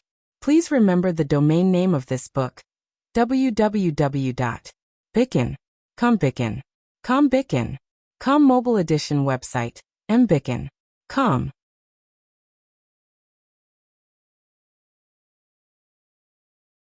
Chapter 565. So this was a chain of events, and everything had been planned long ago? First, she was put to sleep to lure her husband out, because under normal circumstances, only she could stop his journey. Then after he went out, he found that things were far from simple. Even if he found a way to solve the sleeping goo, he was bound by another goo in her body. No matter whether her husband was sure or not, he would not act rashly even if he had a trace of doubt about her. And she was woken up by them. She knew that her husband could only have a chance if she showed up. On the other hand, if she showed up, she might become a bargaining chip for someone to threaten her husband again. Under normal circumstances, there was no need to say what choice to make, but those people really grasped the weakness of human nature. However, this deadlock sometimes needed external forces to break. Even if it was an unfavorable factor, it was definitely better than endless delay. So Jingwan did not even need to think about what choice to make. Can I know what the other goo in my body is? Substitute goo, a very special kind of goo. Fu Rong did not hide and said truthfully. So, I am now a substitute for someone, and that person is very likely to be the person the prince has to face directly? To what extent does this substitute goo substitute? Does it bear the other person's injury or die for the other person? Princess, you are smart, but the substitute goo has not reached such a level. If the person being substituted is injured, the substitute will bear half of the pain, and the duration is the same. If the person being substituted dies, then the substitute will be weak and permanent, and there will be a reduction in lifespan. So this substitute goo does not seem to be worthy of its name. However, for an insect to achieve such an effect, it was already heaven-defying enough. This kind of thing should not be so easy to raise. How many are there now? Fu Rong was silent. The goo worms come from the southern Qi kingdom, and my parents are from the former Wei kingdom. Jingwan finally showed a surprised expression. She picked up the tea and took a sip. There was no warmth in her eyes as she smiled. Farong, tell me, should I say that you two joined forces for one person and two countries, or should I be proud to have such an outstanding husband? His Highness should be proud to have a princess like you. Jingwan looked at Fu Rong. It was such an obvious compliment, but in Fu Rong's words, it seemed like she was just saying that the weather was good. Because it was ordinary, it seemed sincere. He was obviously loyal, but he chose to betray her. Jingwan's eyes flashed, but she said, Farong, I still have some doubts. I hope you can answer them for me. Whatever I can say, this servant will definitely tell Princess Consort. From what Fu Rong had said before, it could be seen that the scope of what she could say was far greater than expected. However, it was likely that she would not say the most important thing. I just want to know how you did it. According to the guards of the Wang Fu, if you didn't have the ability, you would have disappeared from the world the moment you made a move. But not only did you do it, you didn't let anyone find out. To a certain extent, you even dragged Gongjiu down with you. Jingwan paused and lowered her head in thought for a moment. She seemed to have understood something. And the main point is that you are not afraid of poison. Is it because of your body, or did you use external methods? Replying to Princess Consort, it's external methods. Jingwan nodded. It seems that you took more than one kind of medicine from Gongjiu. Gongjiu is a cautious and careful person. He knows how many things he made. Although he may not check every day, after this incident, Gongjiu should be more cautious in the future. Some things probably won't be taken out casually. Even if he takes it out, he will basically carry it with him. It was simply forcing out the rhythm of obsessive-compulsive disorder. Princess Consort, you're too serious. For some things, it's already very lucky to succeed once. Not to mention that it's impossible to have a second chance. The same method won't work for the second time. Jingwan didn't comment, but she agreed with what Fu Rong said in her heart. For some people, making the same mistake twice was absolutely unforgivable. Either they walked into a dead end, or some very terrible things would breed. Fu Rong. Jingwan's next words might be the real topic. She obviously talked to Fu Rong much longer than other people.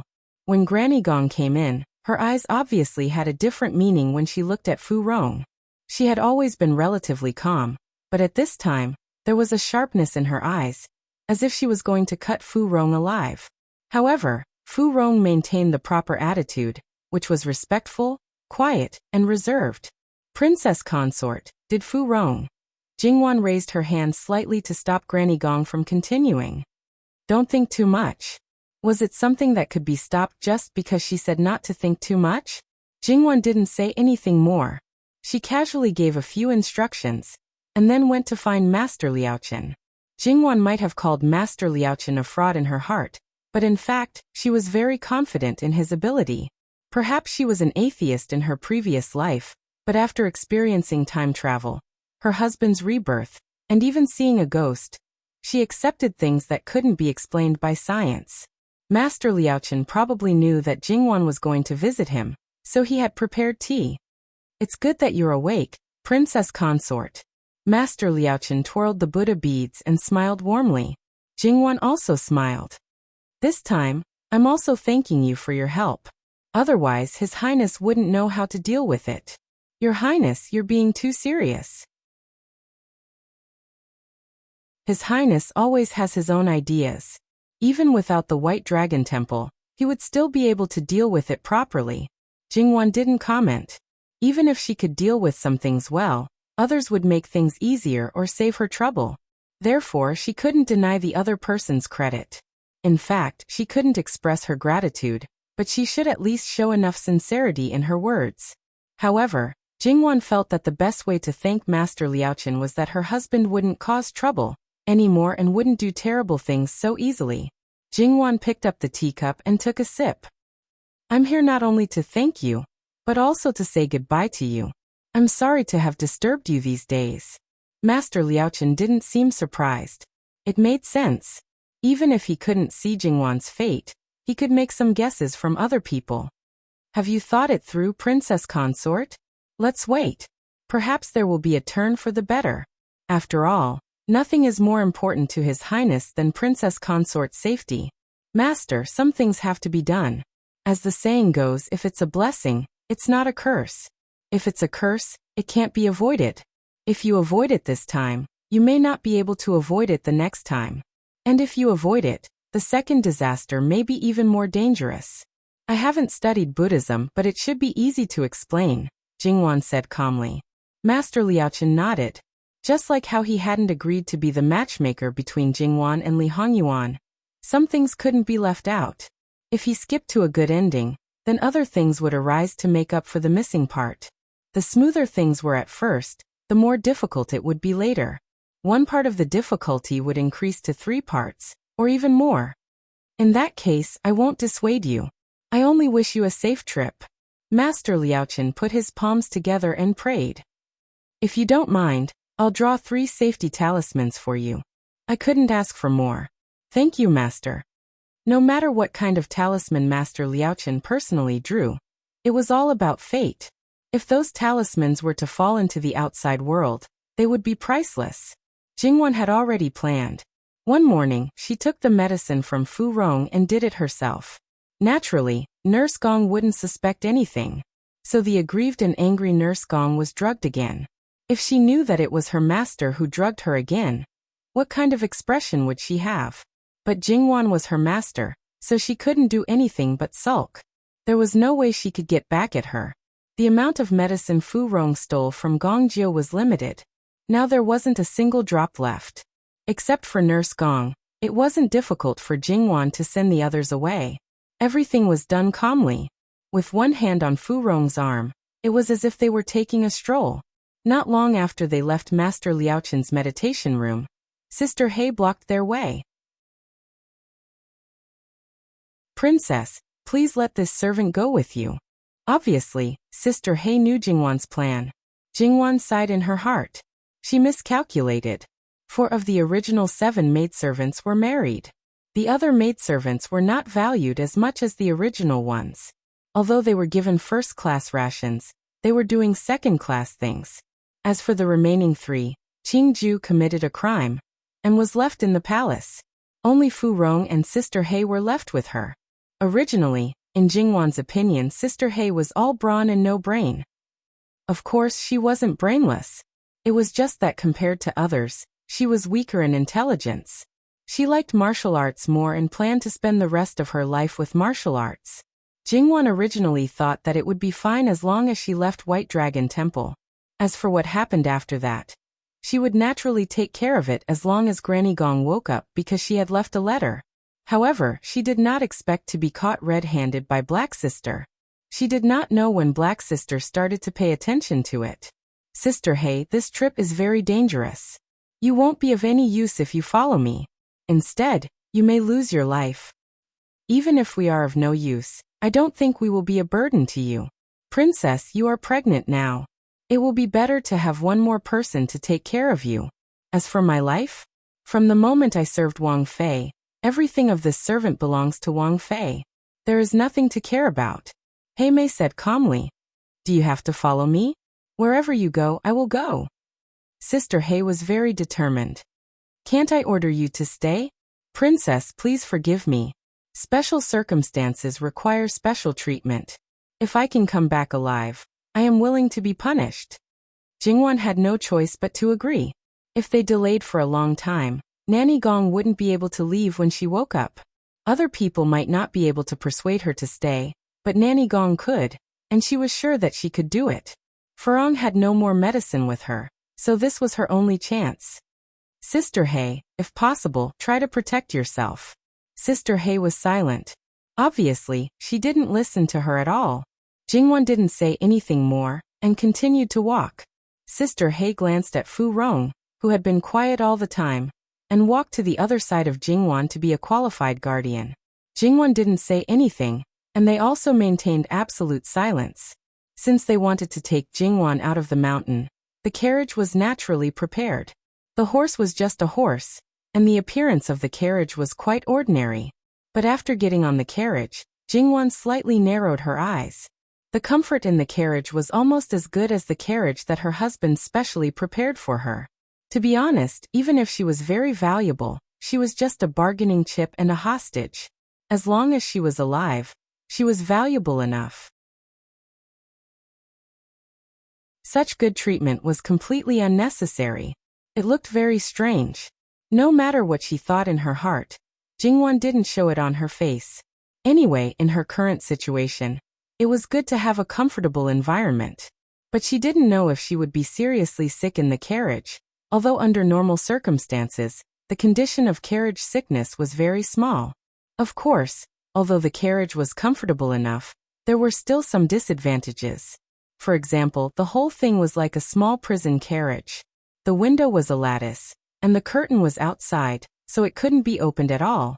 But there was a skylight above, and there seemed to be a baffle on it, so there was no need to worry about the wind and rain. Such a design was to blind her.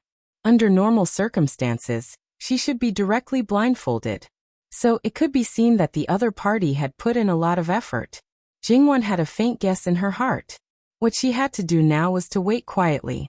Not wanting her to spy, Jingwan was too lazy to pay attention to anything. She closed her eyes and rested. Anyway, she didn't have the ability to distinguish things and directions outside by listening to subtle sounds. Time passed by quietly. She felt every movement of the baby. Perhaps the baby cared for her mother, so it didn't move violently. Moreover, Jingwan didn't show any signs of dizziness or chest tightness. It couldn't be better. And in the next part of the journey, Jingwan also found that the journey was not fast. It seemed to be completely based on her endurance. This was different from what she had expected.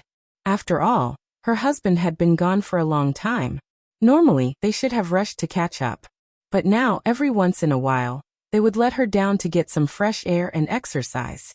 And in terms of food, they were also meticulous. 3 days later, the person Jingwan wanted to see finally appeared. Although she had expected it, she was still very surprised when she saw it. https://www.bicken.com/11/11807/154875828. HTML. We will deal with it as soon as possible. After reporting, please wait patiently and refresh the page. Please remember the domain name of the book, www.bicken.com. Bicken. Bicken. Mobile version reading website. Bicken. That you're tuning in to the Earbook Haven YouTube channel. Don't forget to subscribe and join us on this journey to catch the most captivating stories.